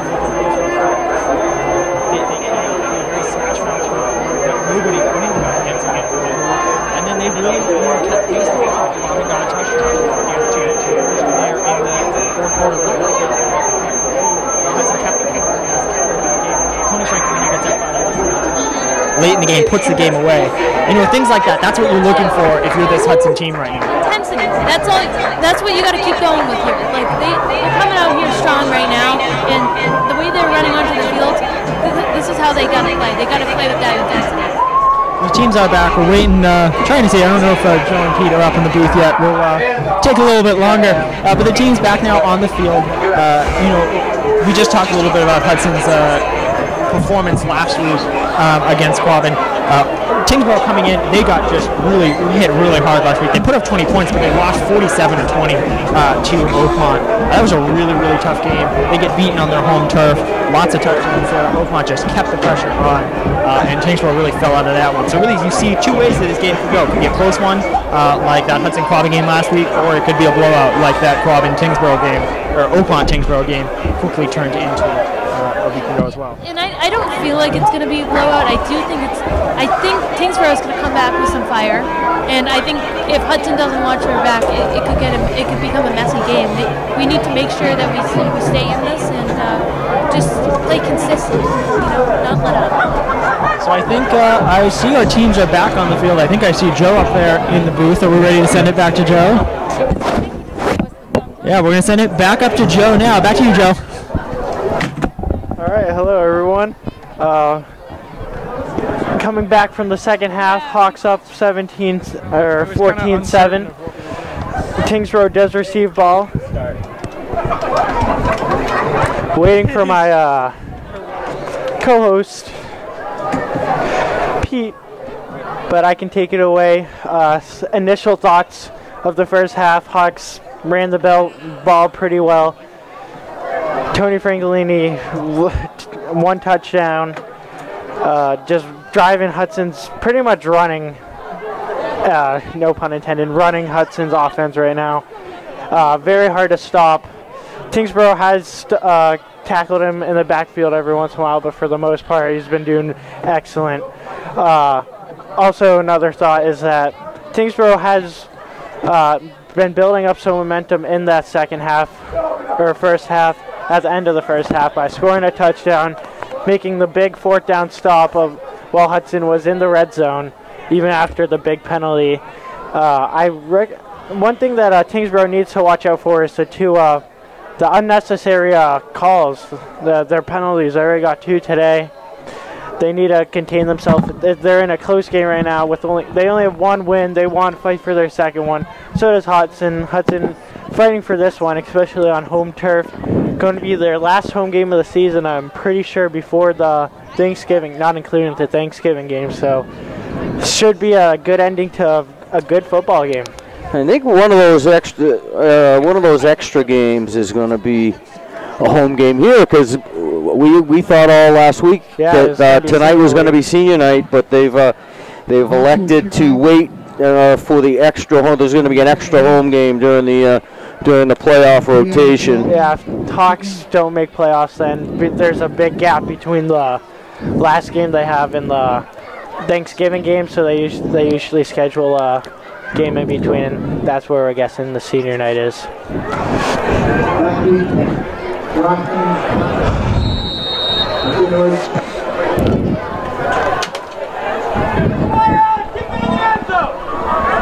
Do me a favor.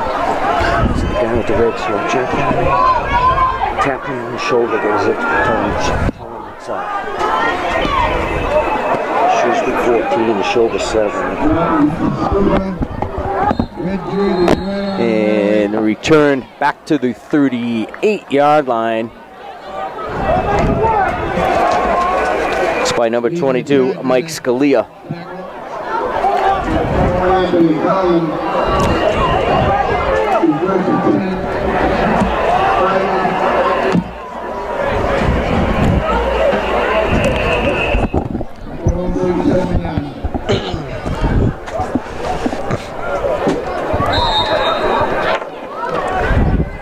Tyngsboro start 1st and 10, open this second half from their own 37-yard line.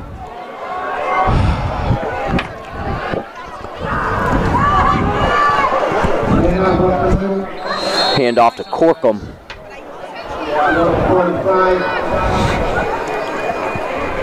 He picked up about a yard or so. We'll call it 3.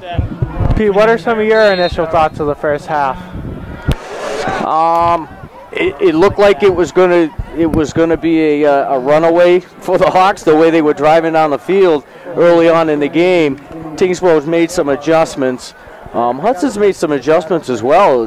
We saw in that first quarter the runs with Francolini. It was a different lineman out there each time, it seemed. Nemerowitz had a turn. Cam Hannigan had a turn. Higgins had a turn.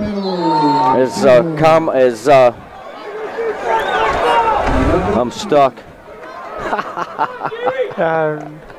Corkum.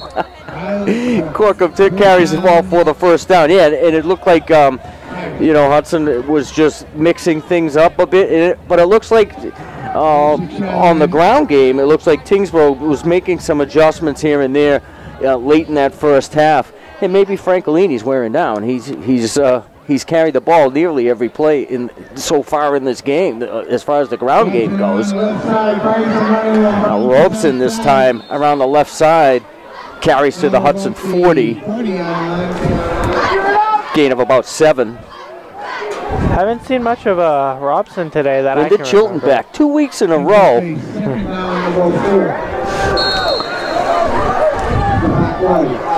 Linda's running the circus tonight. Yes. Cam and Dan both not here tonight, so Linda Chilton, the executive in charge. Ball is loose and recovered by Tyngsboro. Second fumble of the game recovered by Tyngsboro. They're their own fumbles. Getting very lucky there again, bouncing right out of the Hawks' hands.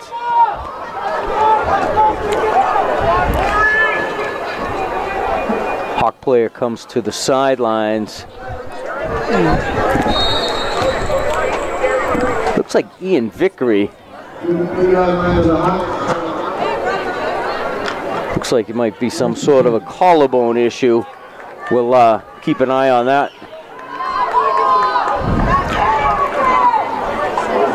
Now Corkum around the right side.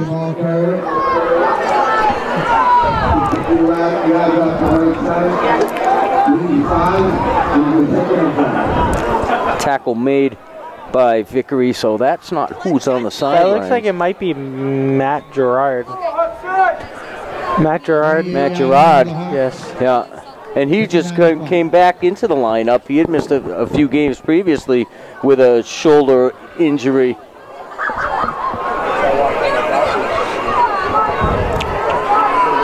Second down and 5 for Tyngsboro. And Robeson cut down by Francolini at the line of scrimmage. Tyngsboro was getting the run game rolling there, but big stop in the backfield by Tony Francolini, cutting the legs out by their running back to make it a 3rd and around 4. They're going to give Robeson a gain of 1 on the play.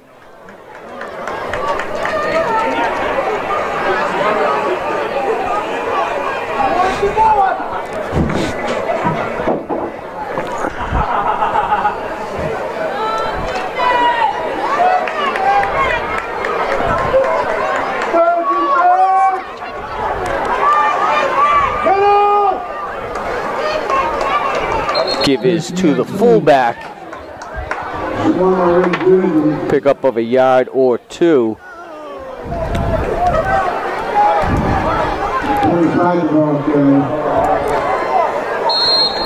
Ducharme with the carry for Tyngsboro. Inside of 7 minutes to go in the 3rd quarter. The Hawks with the 14-7 lead.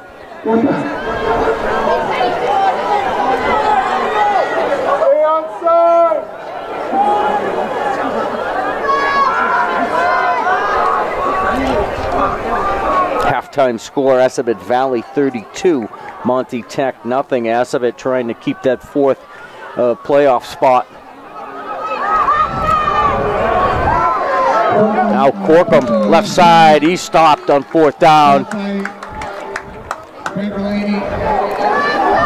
Like Francolini and Conan Amero, it's number 58. And it's a turnover on downs. Big stop there by Hudson. For most of the drive, Tyngsboro was just driving down easily with the run game, but Hudson does eventually get him to stop and force a turnover on downs to make it still make it a They'll take over at their own 27-yard line.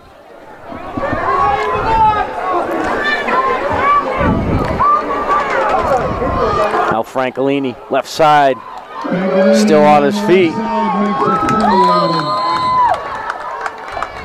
Following the block of Calvin Johnson.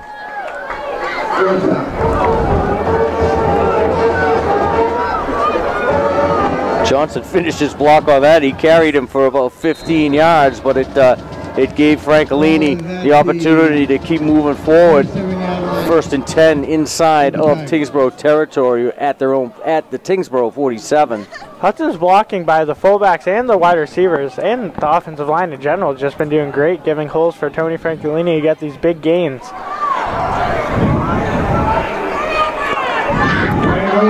Francolini spins his way through the middle, close to first down yards, going to be about a yard short.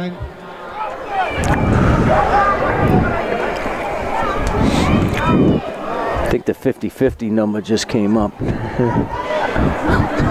We'll see if you won, Pete. I know. I went 16 years I haven't won.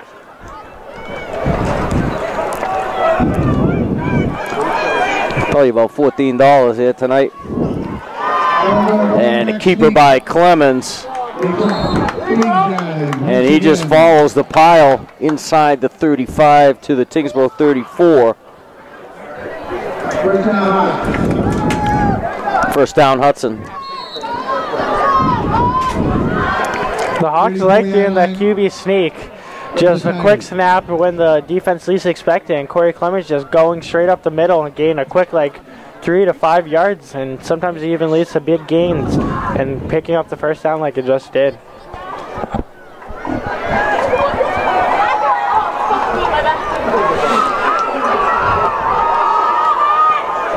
Francolini behind Panathan, and Panathan brings him inside the 20-yard line, forced out of bounds at the 17, it looks like.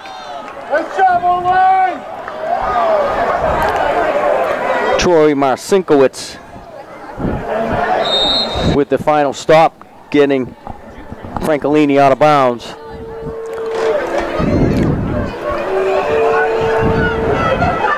Looks like Matt Gerard does not have his helmet on, but he is back over with his team. And Francolini, the sea just parted in front of him that time.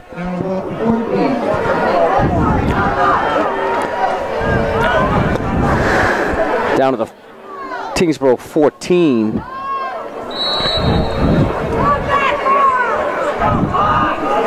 Second down and 8.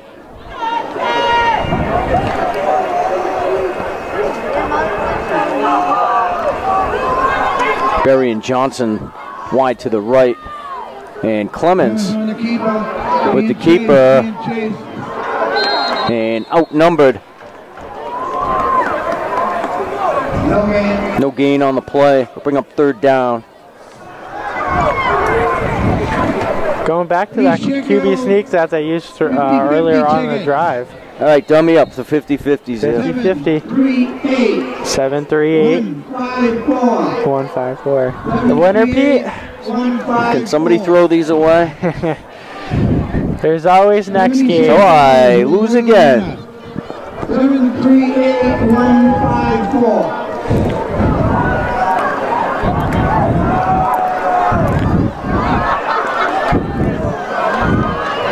Francolini kicks it out the left side behind Panathan. Touchdown, Francolini, second one of the day.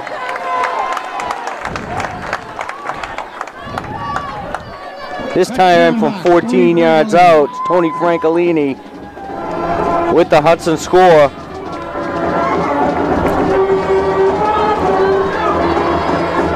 Tony Francolini just following his lead blocker there, picking up two guys there, and Tony Francolini just having to break one tackle, falling into the end zone to get a second touchdown of the night to make the score 20-7, and the 2-point conversion crew is out right now.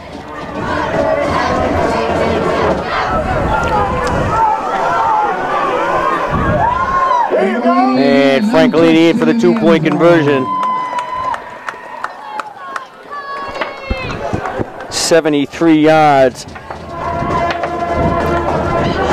on the drive. 2:50 off the clock.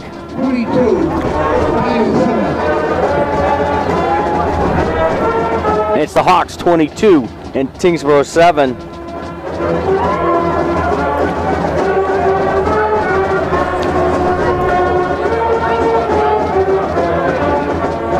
Please check the 50-50 ticket. 738-154. 738-154. Go to the next number. $76 coming to you. 738-154. $76 on the 50-50. Had a pretty good chance. Not bad. Still lost, but. All right. You don't have to spike the ball.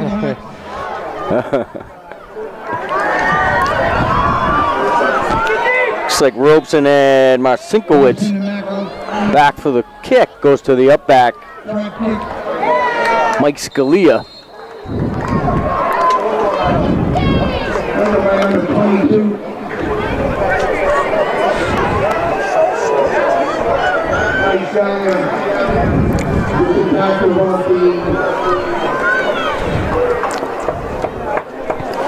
So Tyngsboro takes over. Good field position.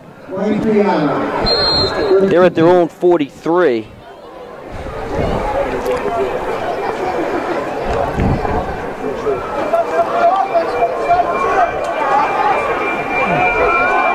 Two to the left, two to the right for Carmichael. He's got one in motion now.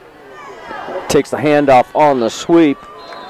Was Justin Huberty and Connor Namarowitz over there to make the stop. I think Ian Vickery over there as well.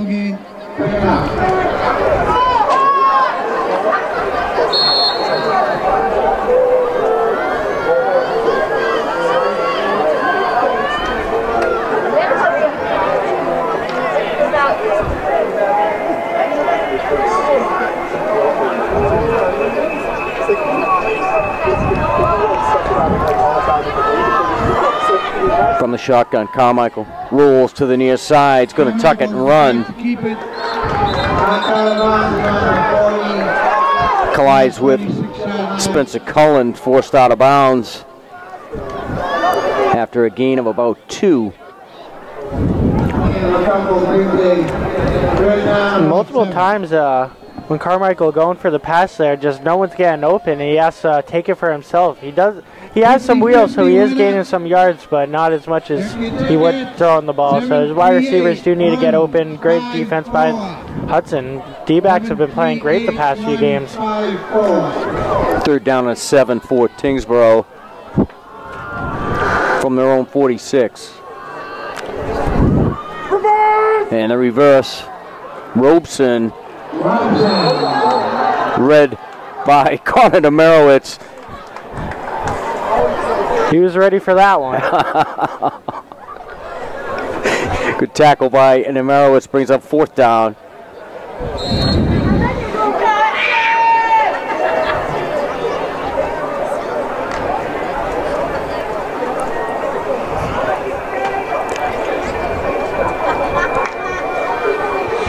And Tyngsboro is going to punt this one away.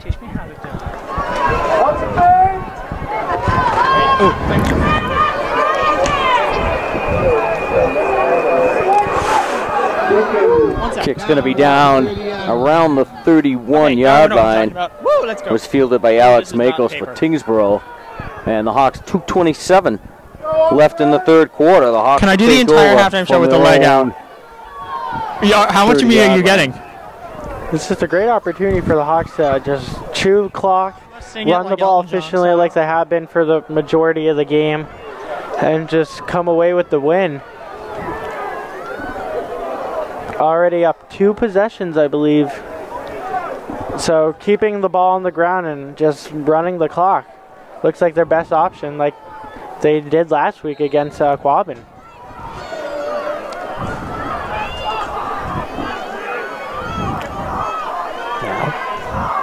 And we're going to throw it downstairs to Dakota Entleman on the field.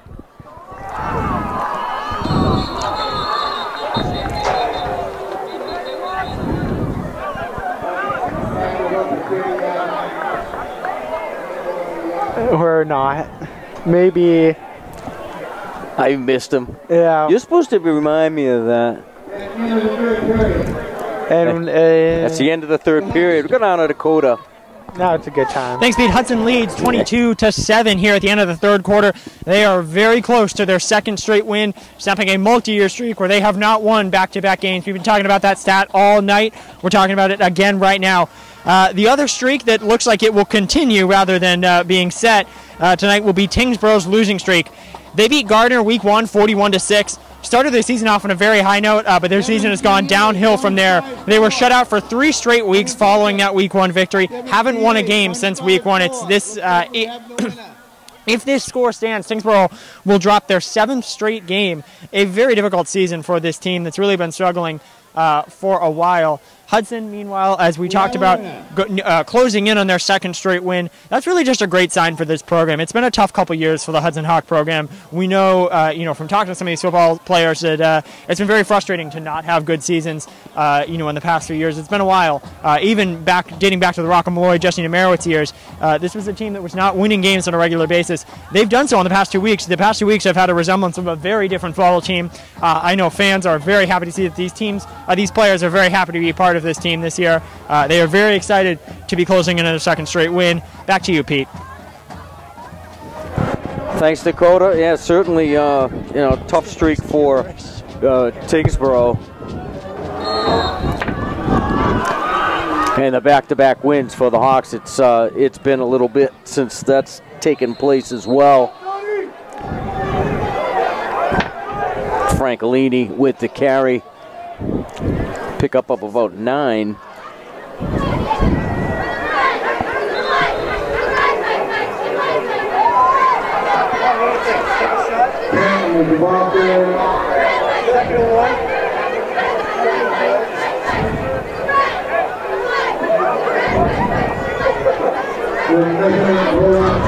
They're going to measure this one. Stops the clock with 10:41 left to go in the game.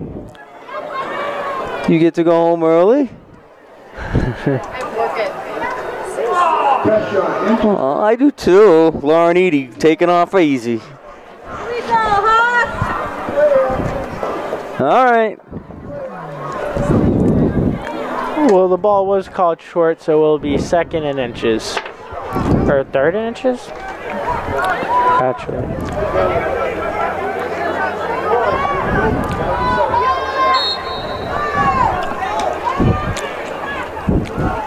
Clements to give to Francolini.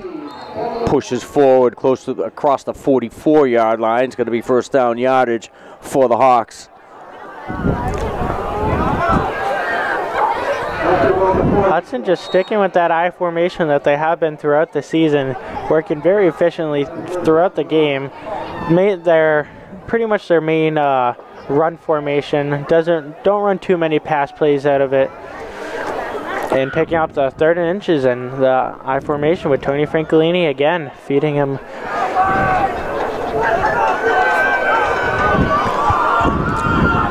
First and 10 for the Hawks.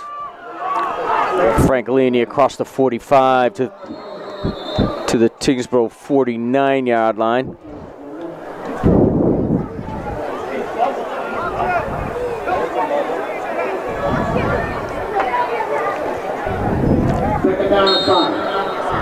2nd and 5 for the Hawks.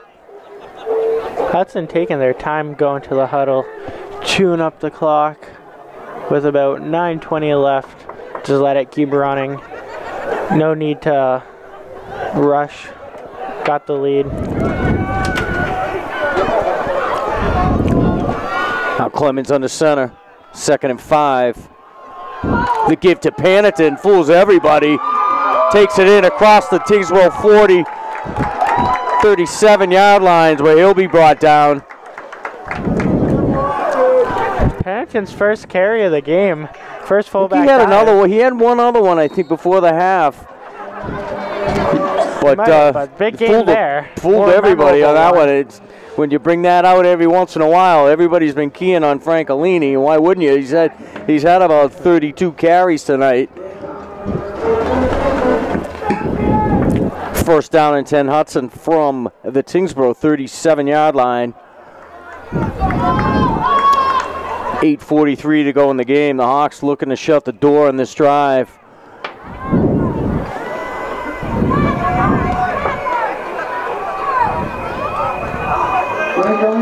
Francolini around the right side.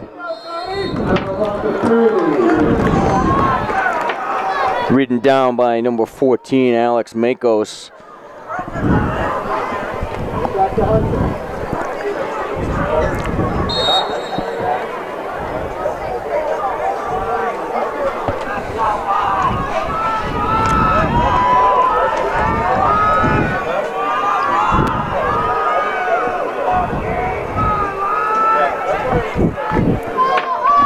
Now inside of 8 minutes left to go. Hawks took over with 2:27 left to go in the third.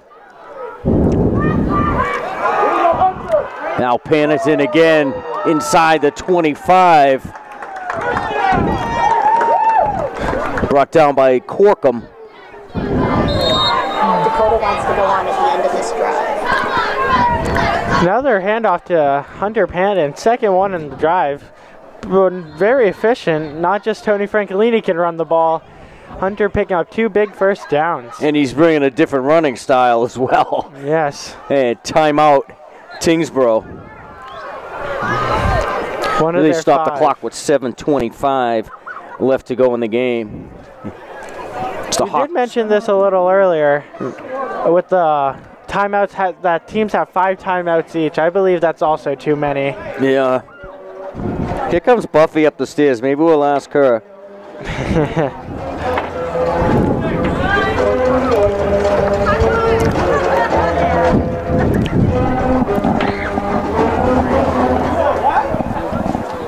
I want a picture when you're down there. Hey, Buff. We were just talking. Yeah. How many timeouts do you think they should bring the teams down to per half? How many do they have right now? They have 5. They have 5 right now. And then the NFL, they have 3. They have 5. Okay, they should have 3. This is ridiculous. This game is going on for way too long. Okay. There you have it. They want more people to watch football. Shorten the timeouts, please. Here, have a mint. Thanks, I love a mint. Francolini on the carry.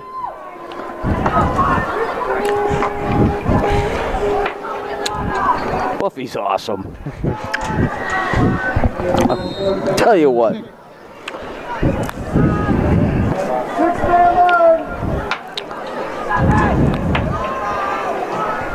Shutout field hockey win this afternoon. Yeah. You weren't there. I was not, but I heard it was a good game. 6:45 left to go. 2nd down and 6. And Francolini down to the 25, down to the 15.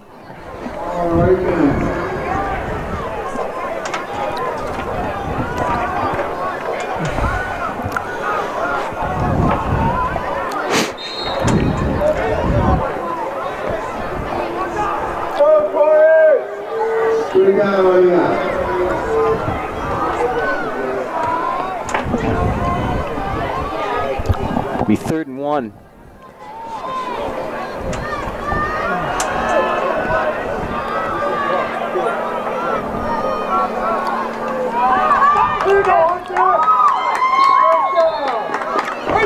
And carry inside the 15. Hunter Pennington did get another handoff, third of the drive. And it's first down for the Hawks. Pennington. Third first down also. Blue collar, 1 yard carry.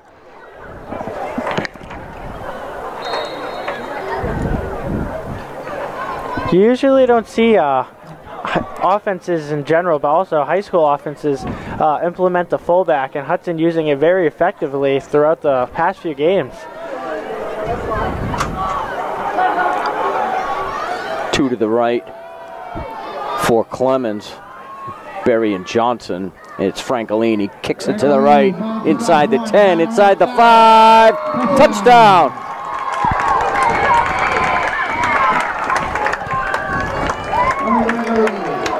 Francolini again. Third touchdown of the night. This time from 11 yards out.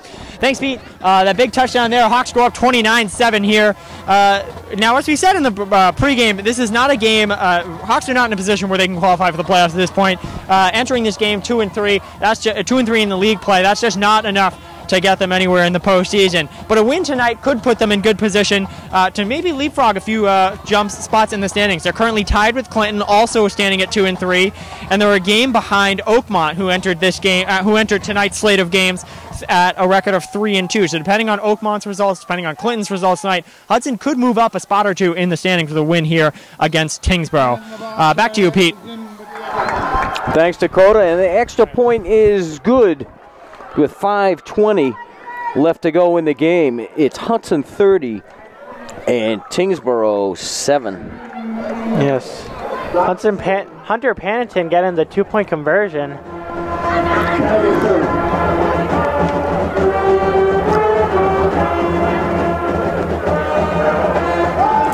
So the Hawks with a 23-point lead with 5:20 to go.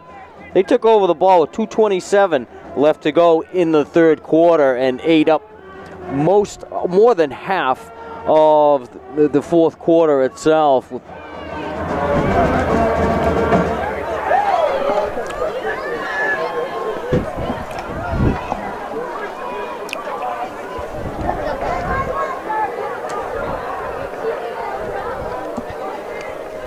So Tyngsboro to get the ball possibly for the last time tonight. Yeah. Don't want to call the game early, but that touchdown right there may have put the nail in the coffin there.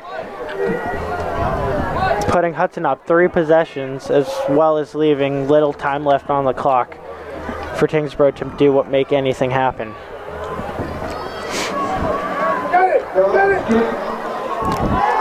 And the kick, like Hudson recovers.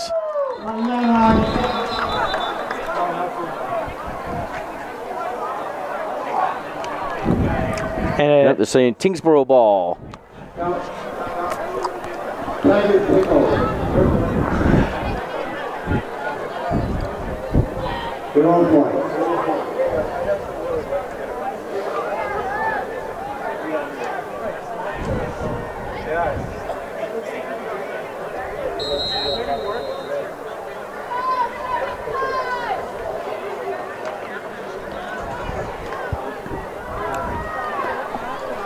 Clinton and Maynard tied at 14 at the end of the third. And the flags fly. It's going to be a false start against Tyngsboro. It'll push them back 5 yards. It'll be first down at 15. Third penalty on Tyngsboro tonight. Maybe even more. I might have miscounted, but these are unnecessary penalties that Tyngsboro are. Penalties that Tyngsboro do not need to be taking, especially being down by 3 possessions.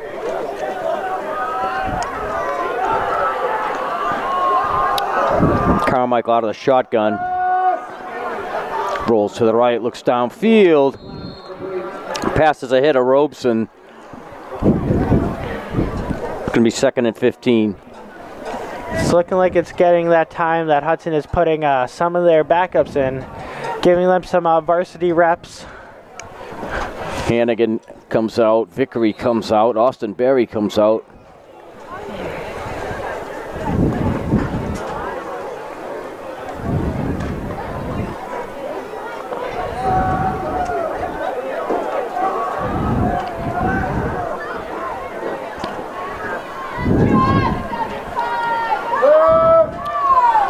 Carmichael looks downfield. Justin Huberty, the intended receiver. The pass goes incomplete. Had him open there too, but just overthrowing the ball. It's been a common tendency throughout the game with overthrowing the wide receivers tonight by the quarterback, Carmichael.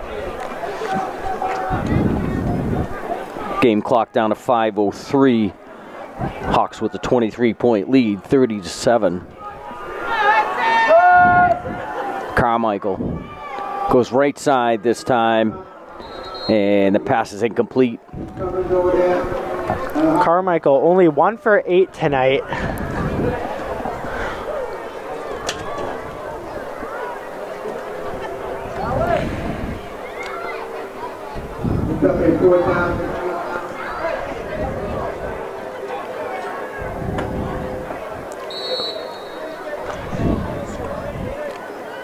Fourth down and 15. Tyngsboro in a punt formation.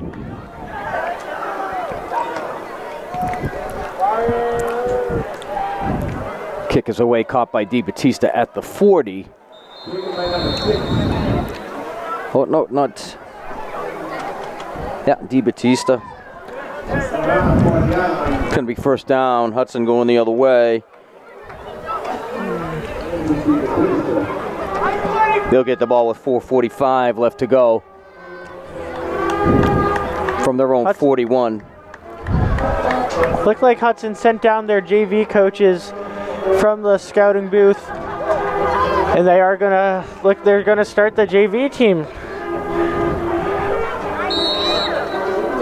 When you're up by this much, you want to give give the younger guys some time, feel the experience of playing on Morgan Bowl with the big crowds. Under the lights on Friday night. Yes, when I played football, it was a big moment for me playing out there when I was on JV.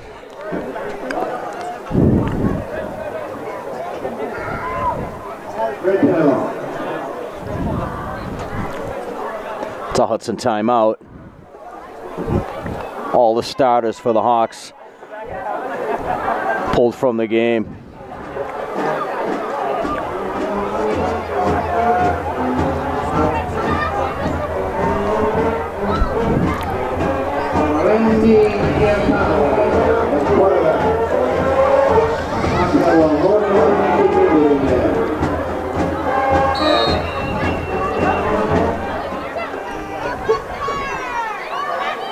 And the snap fumbled.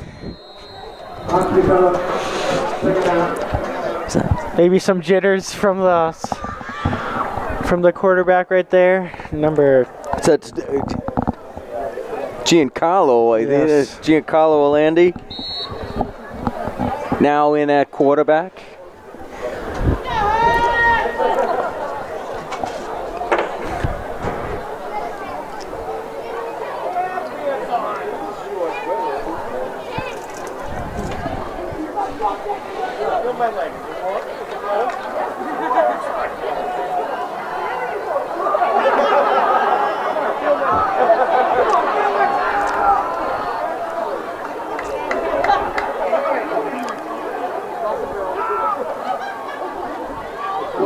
Orlandi give to Fitzsimmons, and he's brought down by Makos.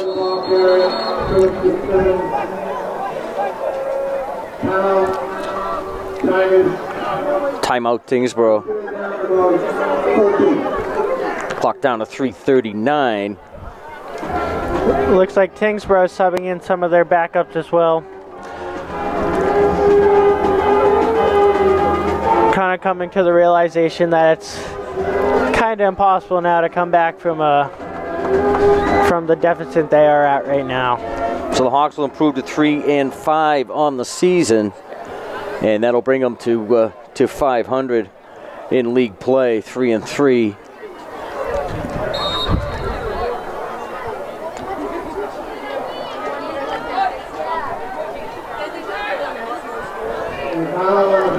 Fitzsimmons caught from behind. They're going to drive him back to the 30-yard line. It'll bring up a fourth down for the Hawks.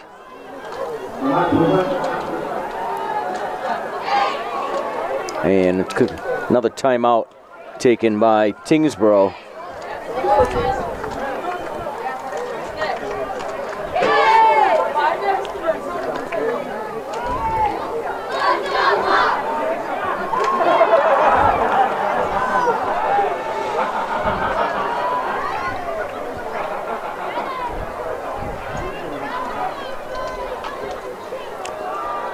So the Hawks will be playing next week. We just have no idea who it's going to be against, and it won't be determined until sometime Sunday afternoon. So check your local newspapers and whatever way you look for schedules. They're pretty readily available now, but that should be announced by 4 o'clock Sunday afternoon. The Hawks should know who they're going to be playing as the punt is down at the 39-yard line of Tyngsboro.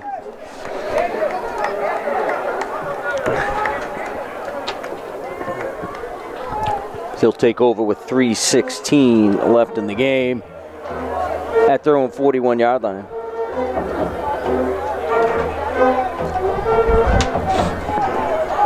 Hawks on top 30-7. As we're getting near the end of this one, Pete Conti, Joe Catella from Morgan Bowl. We know there's going to be one big game here on Thanksgiving Day, but they will be at home one more time through this extended season while the playoffs go on. The Hawks will still have opponents.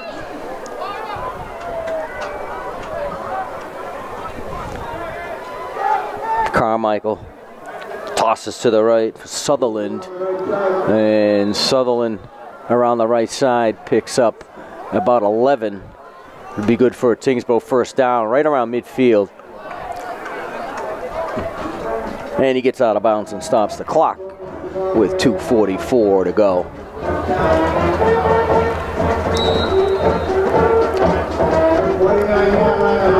Tyngsboro is keeping in their varsity offense. Not subbing any backups, not giving up on the game, I guess. Did sub in a few on defense, but keeping the offense out. Toss, sweep to the right. Robeson pushed out of bounds around the Hudson 43.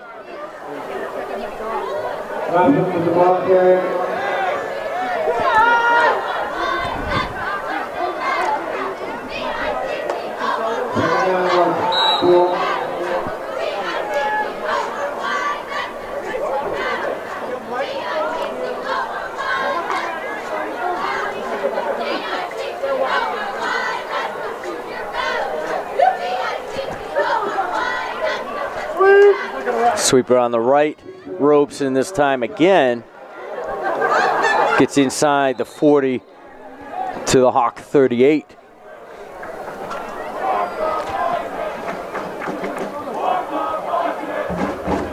For being Hudson's backup team out there playing against a varsity offense, not doing too bad, making some good group tackles. First down carry for Tyngsboro. Fresh set of downs from the Hudson 38. Carmichael in the shotgun.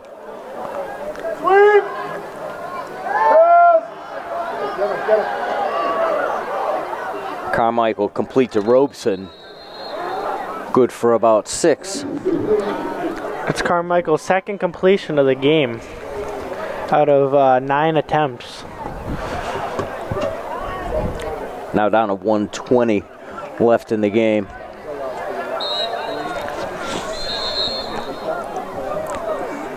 And clock stops.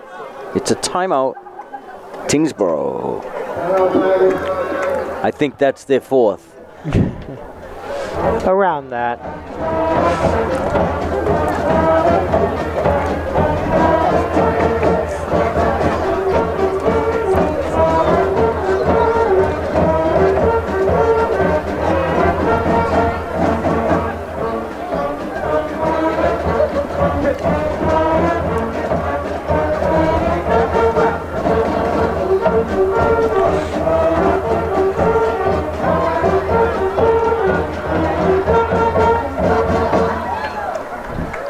He's second down and 5 for Tyngsboro as we near the end of this one. Hawks on top, 30-7.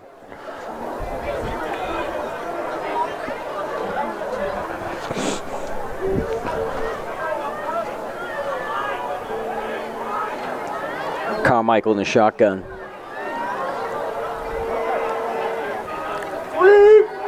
Got a man in motion, the handoff to Graham. And the ball looks like it's on the ground.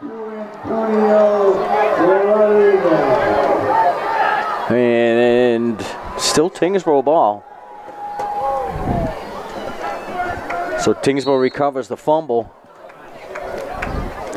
as we go inside of a minute.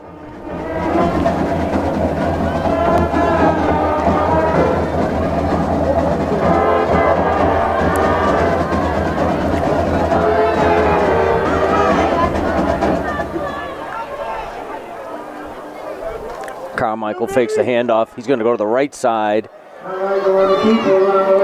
Cuts it upfield, still on his feet, pushed out of bounds around the 13-yard line.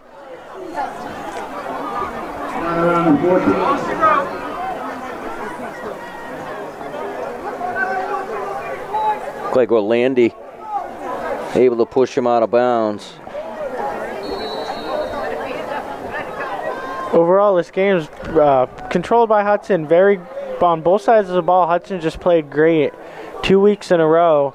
Excellent football on defense and offense, with the run game especially, as well as the defense just locking up on the pass, which they did have trouble in the beginning of the year, but only allowing 2 completions, 1 at the end of the game with their backups in. So overall, Hudson doing very well. Pass to the corner, and flags fly. Pass was complete in the end zone to Huberty. Yeah. He went over Fitzsimmons. I don't know. It looked like there was a collision. It looked like Huberty kept running too far, and Fitzsimmons had slowed down. It's pass interference. Penalty's going to go against the Hawks.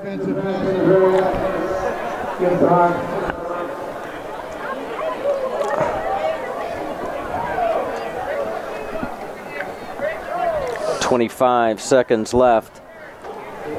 So Tyngsboro with an opportunity for a late score.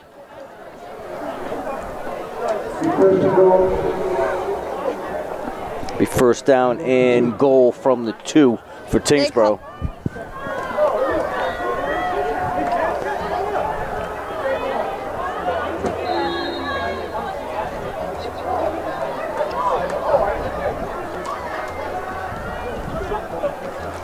We're going to send this one downstairs quickly at the conclusion of this. We're going to sign off and send it down to Holly Kerr. And they fake the kick on the 2-point and try for the 2-point conversion, and it is good.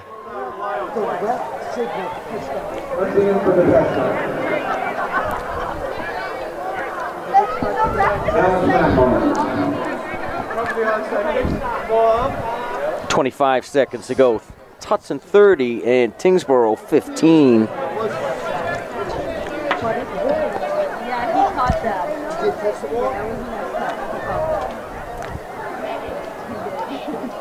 I don't want him to, but he did.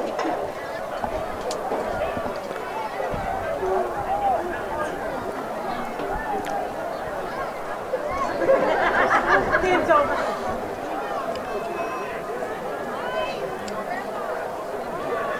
You played hockey.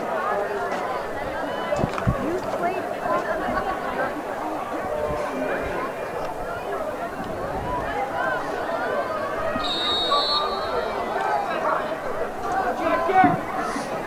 And the kick is away. Line drive kick, fielded at the 36. Alec Dalton. The receiver, the kick, 24 seconds to go.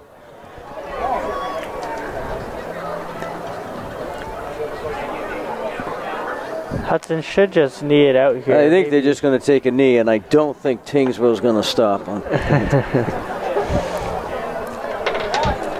Still having the JV. And they're on the precipice of their timeout, so we're not. So I don't think they'd want to stop the clock here with 24 seconds to go. Looks like the Hawks will probably take a victory formation. They do got that 4 timeouts left around that. Yeah, the Hawks do. I don't think Tyngsboro's got any left, but they're not going to use them now. Hudson just going to run out the clock with a handoff. And Orlandi's going to hand that off.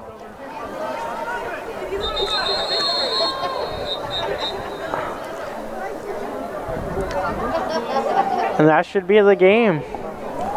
As we wind down, 10 seconds ago, it's Fitzsimmons on the carry. But as this one winds closely to 0, the Hawks with their 2nd consecutive win. This one over Tyngsboro.